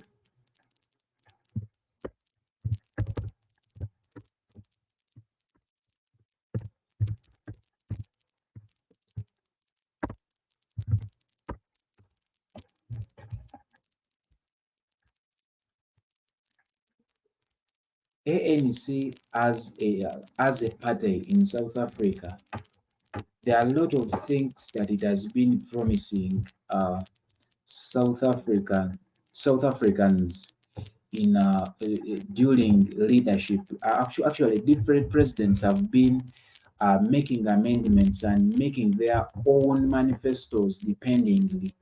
Uh, we see that when we look at in 1995, President Mandela delivered a significant address at the National Congress ANC manifesto launch, which had some of these things. And when you look some of these things, uh, some of them actually, even Mandela himself was the first president of South Africa under ANC failed to achieve. When we look at Mandela, who expressed better South Africa, where he expressed pride and optimism, emphasizing that the people of South Africa had voted for freedom. The Foundation for Equality and Human Rights had led and rejecting the division and conflict of apartheid. Still today, we see inequality among South Africans. We see social inequality, even up to now. We see economic inequalities, and we see political inequalities. The kind of people that we have been seeing swimming in South Africa's politics for a good time, and they are the same people, people of the same caliber. We have not seen any other person going into the politics of South Africa ever since Mandela. So the ANC representing the hope and history of struggle for freedom and had a plan to improve citizens' lives. Even up to today, we see that citizens in South Africa, their lives are worsening. And by the way, it is worst with the blacks, with the black community, the black South Africans in South Africa today. So through ANC-led national and provincial governments, the process of building a better life for all had begun by that time. But recently, I was watching. I was telling you guys the other time that I was watching Malema. putting out one of his manifestos, building for South Africans houses. It means accommodation, the way of living of people in South Africa, shelter, clean water, electricity. All these things are not there and now in South Africa. And South Africa is not doing well and now.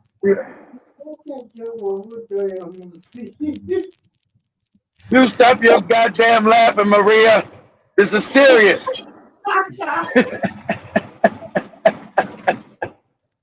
What's going on, Seto? How you doing, Seto? You good? Yeah, doing good, kid. You guys talking about Ramaphosa, no good, crooked ass?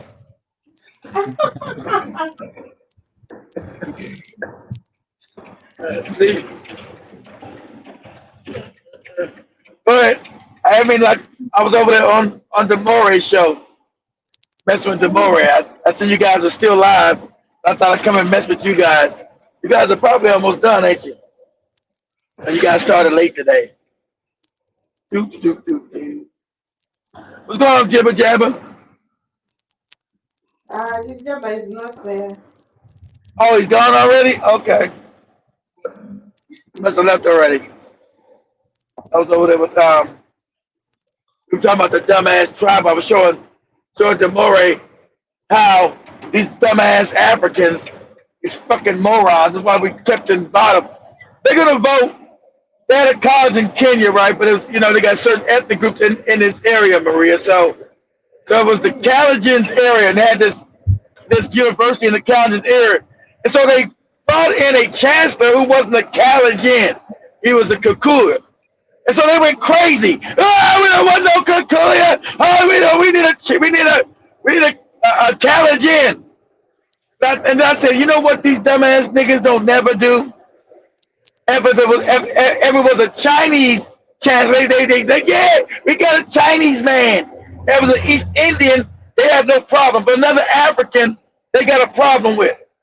And then I found out that area of Kenya voted in an East Indian MP. Yeah. They went against another African being a chancellor in the university, but they voted for a no good Indian as the MP and was screaming and hollering. I said, and you see why? And you see why the Chinese, the Asians say the Africans are the dumbest motherfuckers on the planet. Come on. You'll vote. You'll go crazy because another, what you consider ethnic group, which is a lie, because I told them more. I said, good story. Put up the Hafla group. I'm going to prove you that these motherfucking, these goddamn leaders in Africa ain't teach these niggas nothing. You're not in a different ethnic group, you moron. So I said, pull up the Hafla group. You'll see from Uganda to Kenya, you're E1B1A. That means you're literally blood. You're the same people. Literally. But you're telling me about your dumbass tribe. Fuck your tribe, you moron. You're literally the same people. You're the same blood. Biologically, literally. But you'll tell me that this man can't be a chancellor. He's qualified because he's a Kikuyu. But you'll vote a whole Indian who can't stand your black ass as an MP of your goddamn area. And you wonder why we get no respect globally. Dude, I said, I can't, because he wanted to show, said, Keith, I'm telling you, it's worse than that. I said, I think Nigeria's the worst. Nah, Keith, Kenya.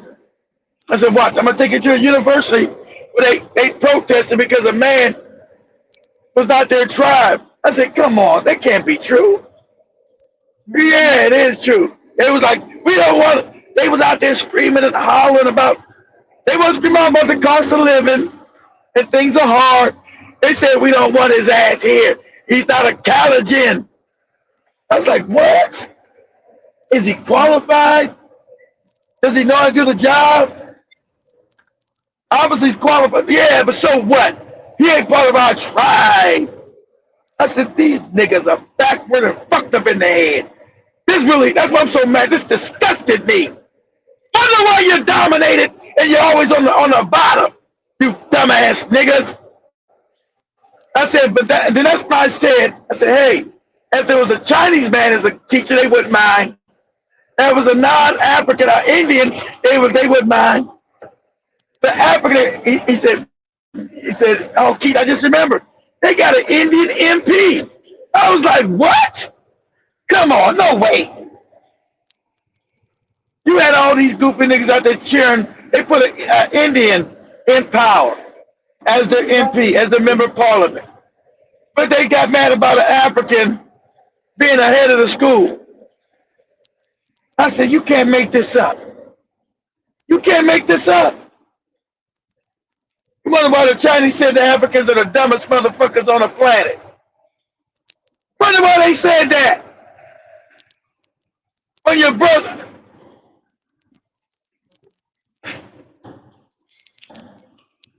That broke my damn heart. I didn't even believe. That broke my heart. That's why I'm so angry. That broke my heart. That broke my damn heart. I couldn't even believe no shit like that. This is what the Indians in Uganda. But he's literally. You don't even know that the. Say it again, Maria.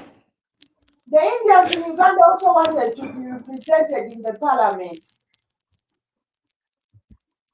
It breaks my heart. Like that. That shit hurt my soul. That hurt my soul. That hurt my soul. I knew. I was just saying they make him president of the. I mean, make him a chancellor of the college. He said no. They voted him as the MP. I said they don't even know that this no good Indian who was left in Africa. He fought with the British. These Indians who left in Africa fought with the British and committed atrocities against African people. You see these Indians walking around in Africa? They fought with the British. Alive in African people. True. By your city time. And you sitting there telling me, I want my brother. Say it again, Maria. They were the ones who were suppressing the rebellions that Africa were having against the British. At that time, that the British brought, so the British brought the Indians to come and kill Africans who were rebellious. Yes. Oh, yes. Yes. As an appreciation. What? Why do you know that, Maria, and all the other Africans don't know shit? Why do you know this? These Africans don't know none of it. This is crazy to me.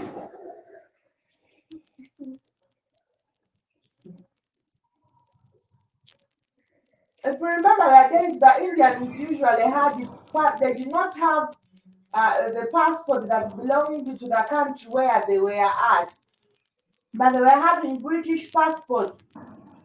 Yes. You know, Yes. they're having British passports in Kenya, British passports in Uganda, and all over the places where in South Africa and all over the places. South Africa, yes. They all have British passports. That's true.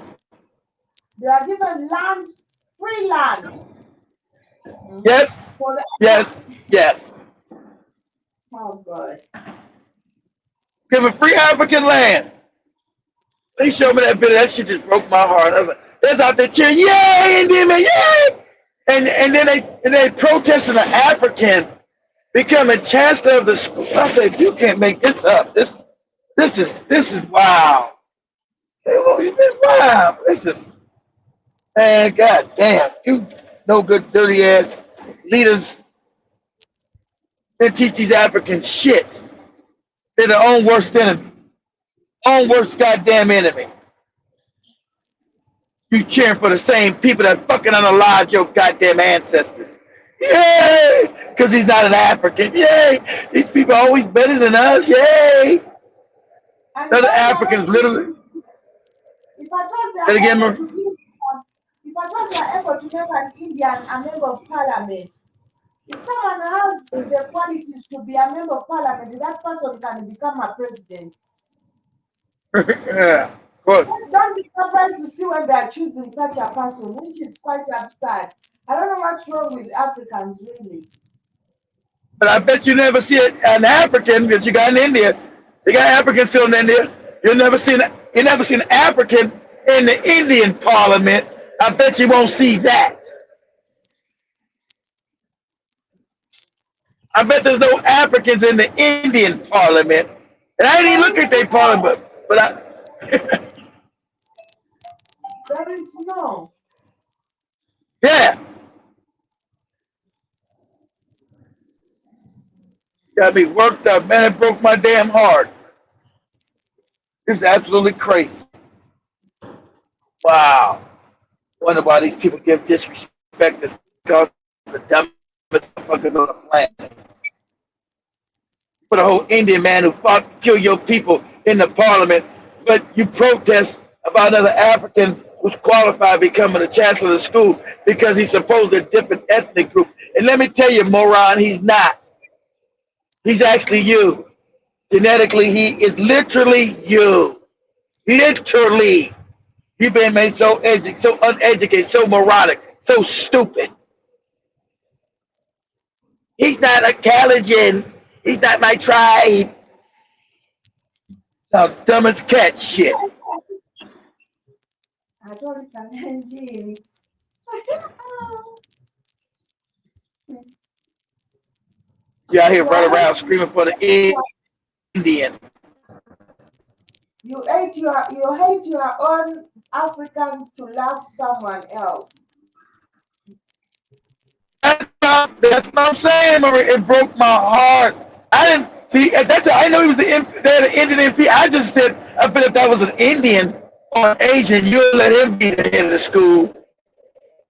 African, probably Indian or any of them.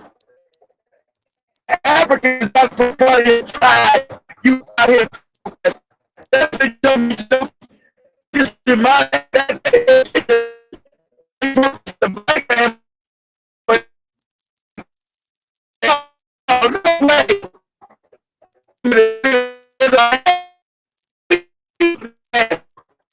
My God. My God.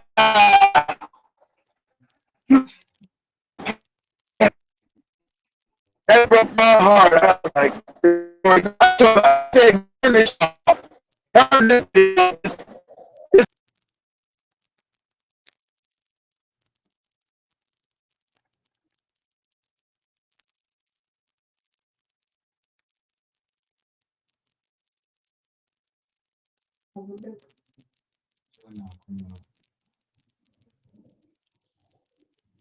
Ooh, I'm in a bad area, guys. You guys been going to talk. I'm in a bad area, guys. Sorry about that. I don't know if you guys can hear me. I'm in a bad area. But yeah, I'm in a bad area. Oh, my heart hurt. Ramaphosa. Never got to do Ramaphosa, stupid ass.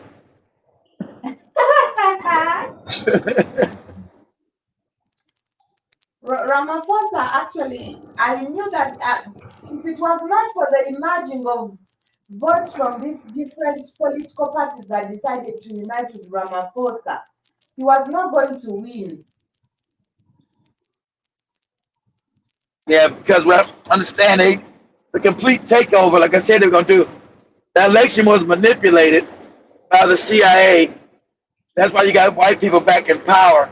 And now they openly let you know it's the Rothschilds. That's right. Runs Africa and runs South Africa. They openly tell you. People that own the banks, it's their name. They give Ramaphosa ultimatums already. Say we want the white man in power. So a little bit, we're gonna get you out the paint. We're gonna get rid of you in a little bit. Put this white man back in power. So Nayo ya united in the Ramaphosa.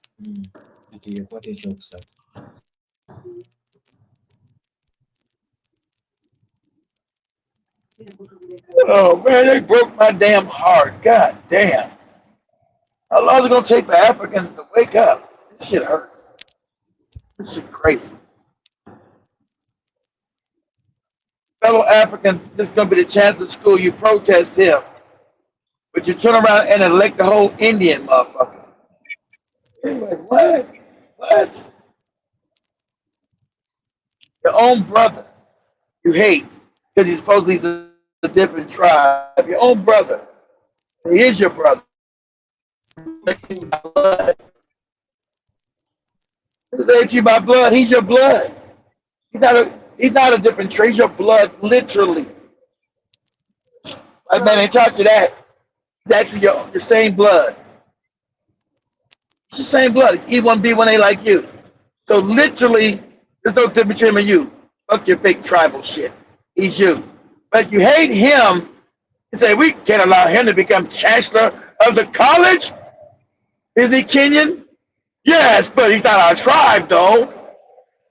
Is he Kenyan, like you? Yes, but he's not our tribe. So this Indian guy that you now make MP is not part of your tribe. He's a fake Kenyan because the British brought him in there to kill and rob from you and get free land. You scream and holler about him being your MP. Yay! Yay! You screamed so much, he was crying on the video. Oh, you Africans have showed me so much love. What? That's what he said, Maria. That's what he said. I was so hurt. I was like, wow, this is crazy, man. I said, I told the more to shut that. I said, shut that video off. I can't take it. You broke my heart. This is crazy. The kid, I want to show the tribalism how bad it is. You keep saying we can change. This is how bad it is. My whole mama, all of them are tribal, Keith. My mom, if I even bring a girl home, the first thing she'll ask, what tribe is she from? God damn. Now is she a good woman? Now is she a loving partner? First thing your mom's going to ask her, what tribe is she? Yeah, God damn. Can she be African? Can she be from the African tribe? God damn. Crazy. That broke my damn heart. Remember, this is the challenge that a lot of Africans are actually experiencing right now. We are still having wrong people stick to power. We are making wrong choices of our leaders betting on the tribes. You're I not betting know. on the capabilities. Because you cannot just decide and say, I don't love these other people because they're not my tribe, and you are typically choosing to vote for an Indian. The only Yeah, thing is that what they did to me, I couldn't believe it. I just said maybe the Indian, you put the Indian over the school. He said, nah. I just remember, Keith, they voted that Indian into the MP. He's an MP in that area. I was like, no way. No way. There's a big old crowd cheering for him, Marie. He said, you people have, somebody said, I thank you, my people. I said, this is crazy. And so you don't want the African to be your brother to be the head of the school because he's a chancellor, but you make this Indian the head of your government, whose people literally killed your people. I'm not making that up. But most Africans, the Indians were brought to help the British kill you. That's why they were there. They were given land and they were put over you. Idi Amin taught you that. But you want to make Idi Amin a bad guy. That's bad about him. He told you the truth. These Indians were brought there with the Europeans. Let them go with them, the British. Treat Africans like shit. And they do. But you made this motherfucker MP. Yeah, he won't. And if you go to Nairobi to go in his damn office, he'll tell his secretary, tell the niggas I don't want them in my office. And you voted for his ass.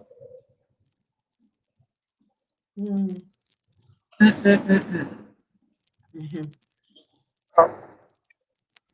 I had to down my hair. I been fucked up all day with that shit.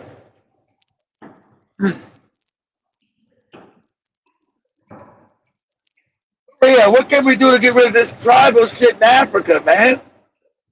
How do we get rid of this shit? it's gonna be so hard.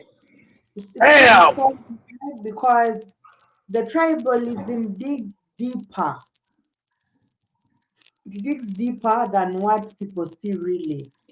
I told you, and it is one of the biggest problem that Africa is facing. Everybody knows that.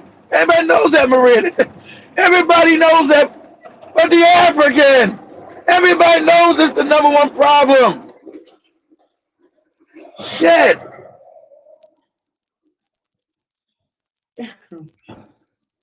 I don't know. I don't know. But I don't know whether this will end one day. I don't know because the time this vice is very deep. It has eaten to the Yeah. deepest root of Africa, and I think this was and this is one of the things that actually this is one of the things that shall may it remain in Africa for a very long time or forever even. One of the, Because one of people are very ignorant. You cannot of mention your course. tribe, or if at all you if at all you check all these tribes, the true history of these tribes, at the end of the day, you will realize that we are one people. I know. We come from the same tree. And now Exactly. people don't know about this. People don't Wow. really understand. If people knew, it would be easy to explain to them that this part of the other one being called this tribe, Man, you and maybe her, let the old people die. We gotta teach the babies this, Maria. Let the old people die and teach the babies this. maybe, maybe. I don't see no difference between me and Seth. I know Seth's my brother. What tribe are you in, Seth? Oh, I don't give a shit about this goofy tribe. Um, um, the issue of tribes is of course a terrible thing because most Africans that they think we must have tribes here. Mm, They think that everything is done. People have divided everything. Let it be social life, like this kind of tribe does this kind of tribe. So there are things that we have grown up seeing that are that are permanently for certain tribes. So it is very difficult today. In Uganda, we see Indians. They also want to claim that it is a tribe in Uganda. So, Yeah, like they did in so Kenya. That's what they did in Kenya, Seth. Though. so it is very difficult for like to handle this stuff because besides anything, people don't like people like the history people are having is wrong in their minds. Let it be the teachers that are teaching in schools, let it be our parents. They think tribes exist and they used mm. to exist here. So convincing them that tribalism is bad, it is it is something that is not easy to convince people that because they think it is right for you to be separated on a tribal basis. Yeah, we've had a lot of wrangles throughout, Mm. and somebody says, "I just definitely hate the other tribe. They killed my forefathers. They did this." But and we know most of these people why such kind of things were committed against each other. I can still refer to a history where the British people promised one of the kingdoms here guns. All right, they promised them guns, and of course they asked them to, of course, they help them fight and expand because these other kingdoms had rejected the British rule. So they were like, if we give you guns, you can fight these people and expand. And by the expansion of Buganda kingdom is not for the kingdom. They were doing this on the behalf of the British. And now after the British, and you had to do it because after they brought these people close, the British turned against them. So bakoleranga ku mudumu gwa mundu. You had to comply. And remember, within these very people, they had even these other brothers within each other. So what happened? The British were like, you have to expand. We need to take control over that entire area. But the kings, the other side, are rejecting the power. So they use these other people to make sure that they expand their territories. Because if you look at most of these territories, by the way, we only had the Miro land and the what? The Crown land. And you would see that the Miro, one of the land belonged to the what?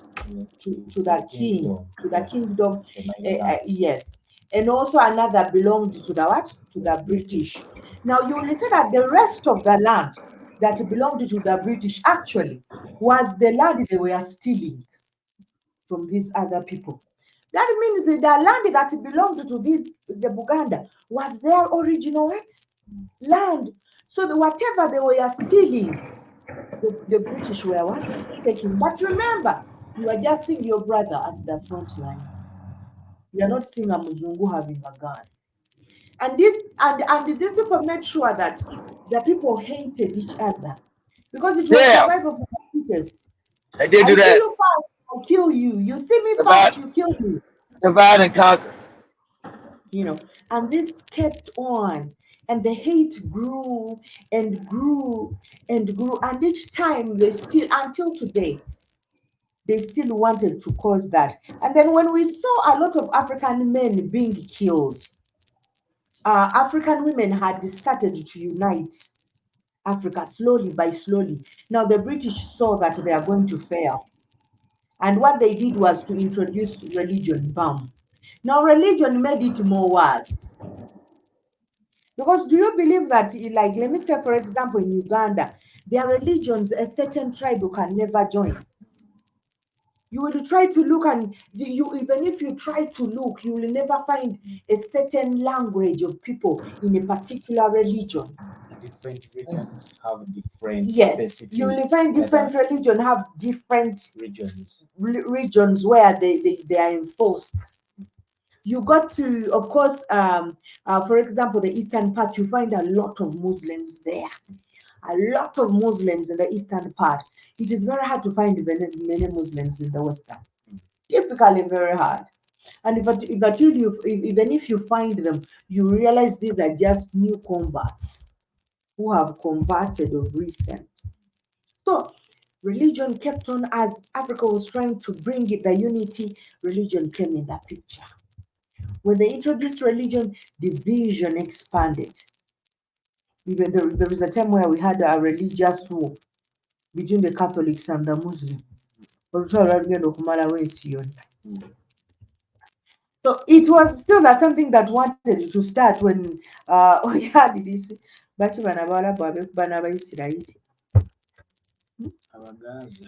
Gaza and the Israel and the Palestine. You still saw the stupidity of how Ugandans and then Palestine. We are praying for Israel. And you don't know the bullshit that is going on. You are praying for who? Who doesn't even pray for you? It is the land of our Jesus. It is the land of our whatever. Oh God damn it.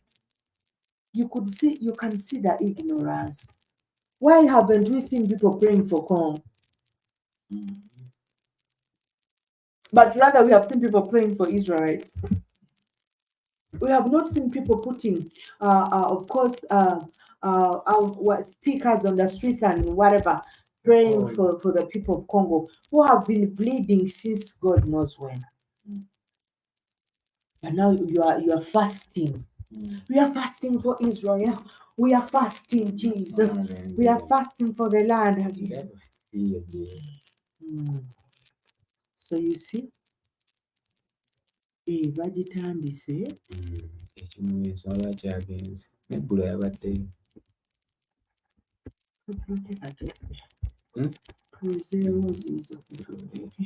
So why have we not seen Africans praying for Congo?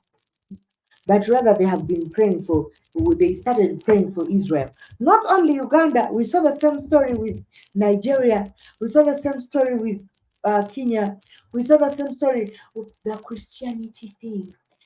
That means religion unites Africans more than the African in them. People don't really care whether you are an African as long as you follow that same doctrine, as long as you follow that same religion. It is what is most important. And I don't think this should be the most important thing.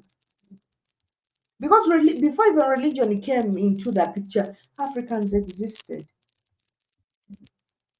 So any new thing cannot be an original thing. And this is that thing that most people don't really understand. Now, like we were saying, we have a lot of people deciding. For us, we are voting. What is the biggest tribe? We are voting this because this person is definitely somebody who comes from, who speaks the same language with me. They come from our, they come from our village, our home area. It doesn't matter who the person is, whether the person is a Morato or not. And if the person is just representing my area, I'm supposed to vote. Does the person have the capacity to lead you? Because if at the end of the day you are going to struggle, or if at the end of the day you are going to suffer unemployment, if you're going to suffer violence, if you're going to suffer wars and conflicts, if you're going to suffer a lack of medicine in the health facilities, if you're going to have an economical crash down, it does not segregate the tribes. It is not going to choose that, oh, INNOSSETU, since for you belong to the tribe of who the person we chose, you are not going to face the economical crash down now. We experience it at the same volume. Now, before even you think about your tribe, think about you. How is this going to benefit you? Because there are always stories where I see a lot of people from the current president's home, most of them saying they have not benefited from the government. Despite everyone keeps on saying, you guys are stuck in power, you don't want to go, we are tired of you. Even people are hating the regular people who speak that language. But they keep saying, we have not benefited anything. Then how come you think that, how come we do not have this? How come we do not have the other? But at first they were voting for him. At first we had even a lot of Bagandas who voted for this dude. A lot. A lot of them even who engaged in food fights. The promises, simply because he had promised to reinstall kingship. The people, he did, but what is the power? Do the kings have the power that he promised? He promised, and then he did. He said, I've given you back your kings. And we all celebrated. We are having, but do they have the power? Are they still holding the power to control culture? So what mumubanja kyekirala?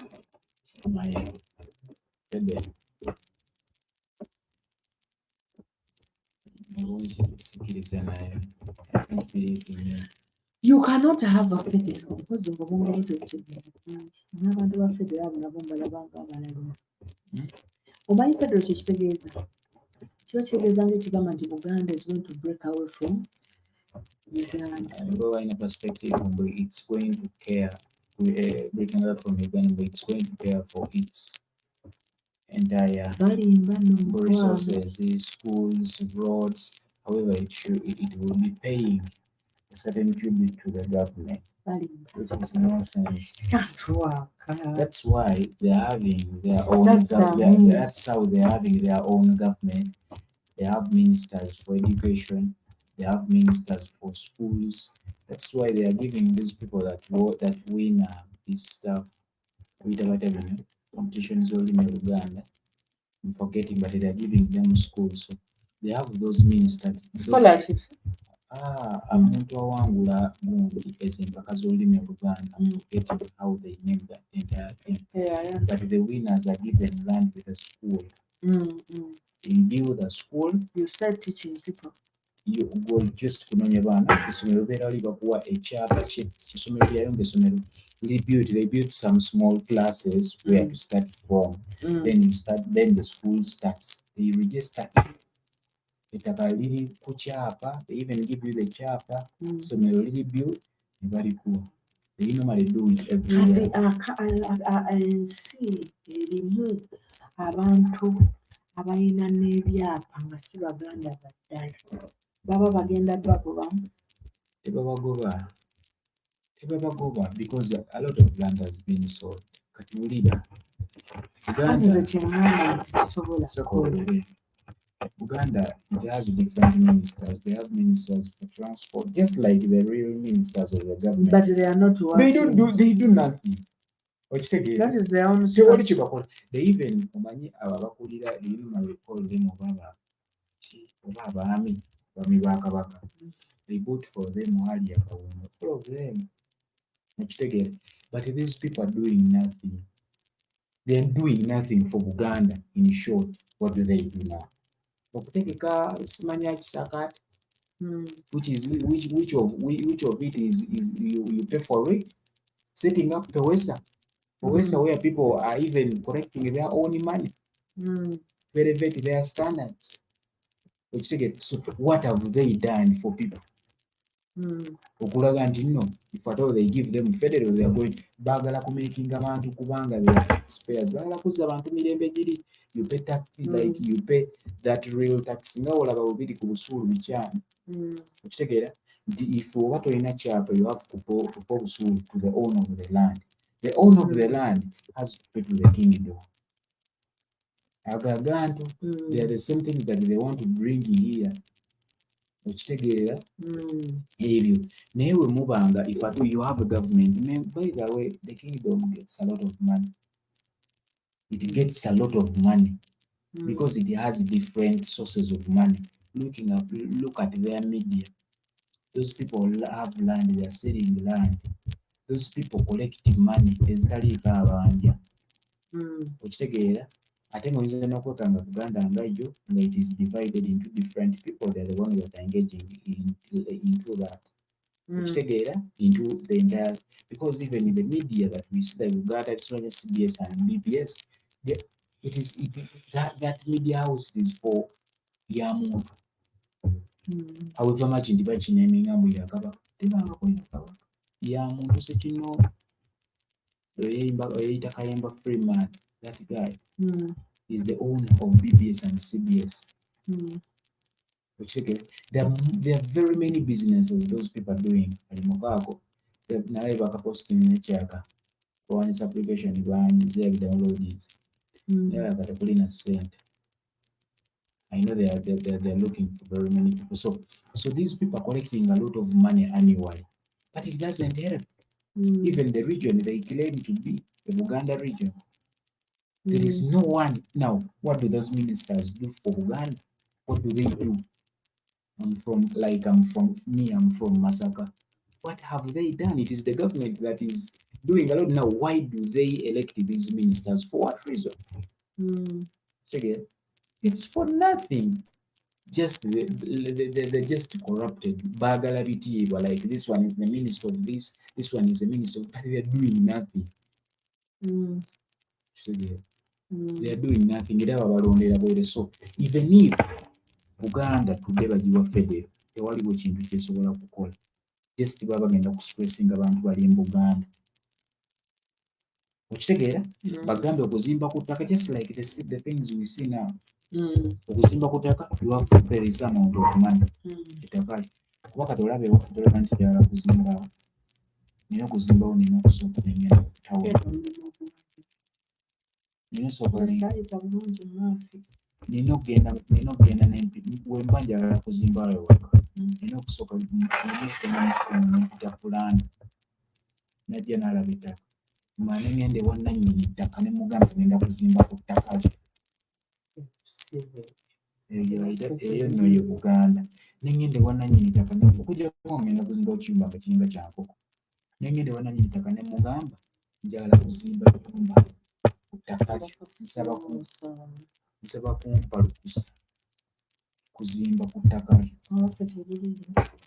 So that is Uganda. Era oba wakazimba, if at all you don't contact with all those people, and you must pay money. You don't visit them for nothing. You must pay money.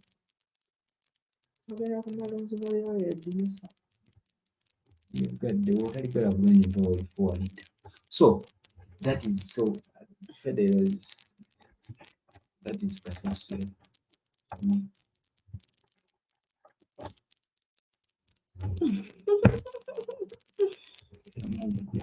included in this. But I think this is why I say you cannot plan something that it is. A lot of people usually think it is easier for you to rule, but before even you talk about a smooth running of a country, you need to understand how you're going to address that. You need to understand how you're going to address the issues now. Tribalism.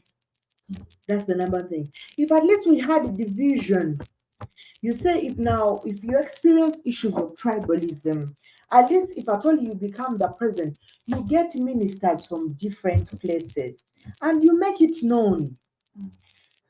You say, Maria, I'm a president now and I come from the other side because people recognize those things a lot.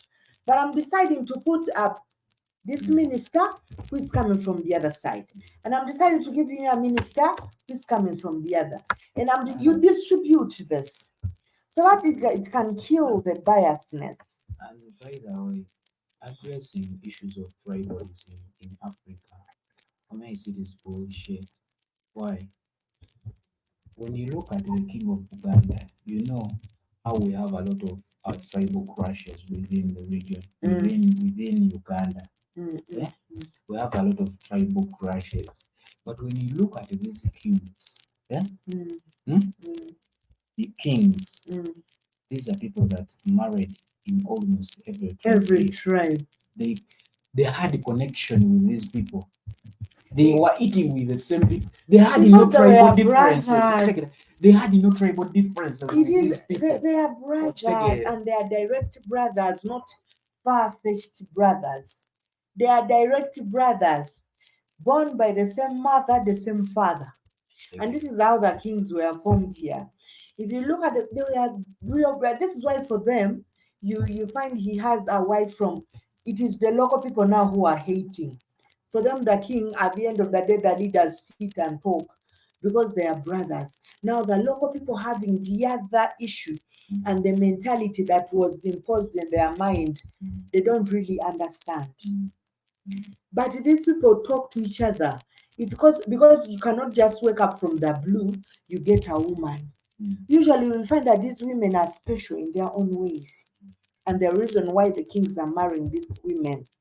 Now, it is even hard. You will find out that these women they are marrying are even related. They even have a connection to the other. You understand? Now, it is the local people who don't understand this thing that take it so personal. Oshegera wakati kabaka bwakeera enchamu n'agenda n'akimayo omukazi n'awasa bali ate obusebe baba mumuwadde nabwe. Bali baddamu ng'abaluganda ne boogera kati mwe mubeena okuleneŋŋana buli awo olwanira oluusi talina muganda wo oli eyo tomanyi nti wava oba nawa ojja kuleeta hate which is bullshit. But of course this is something that people should know that it is something that has dug to the depth and there is nothing we may do about it. Apart from trying to of course overcome this by feeding the people with the ego they have. True, because now let's assume that you have become a leader.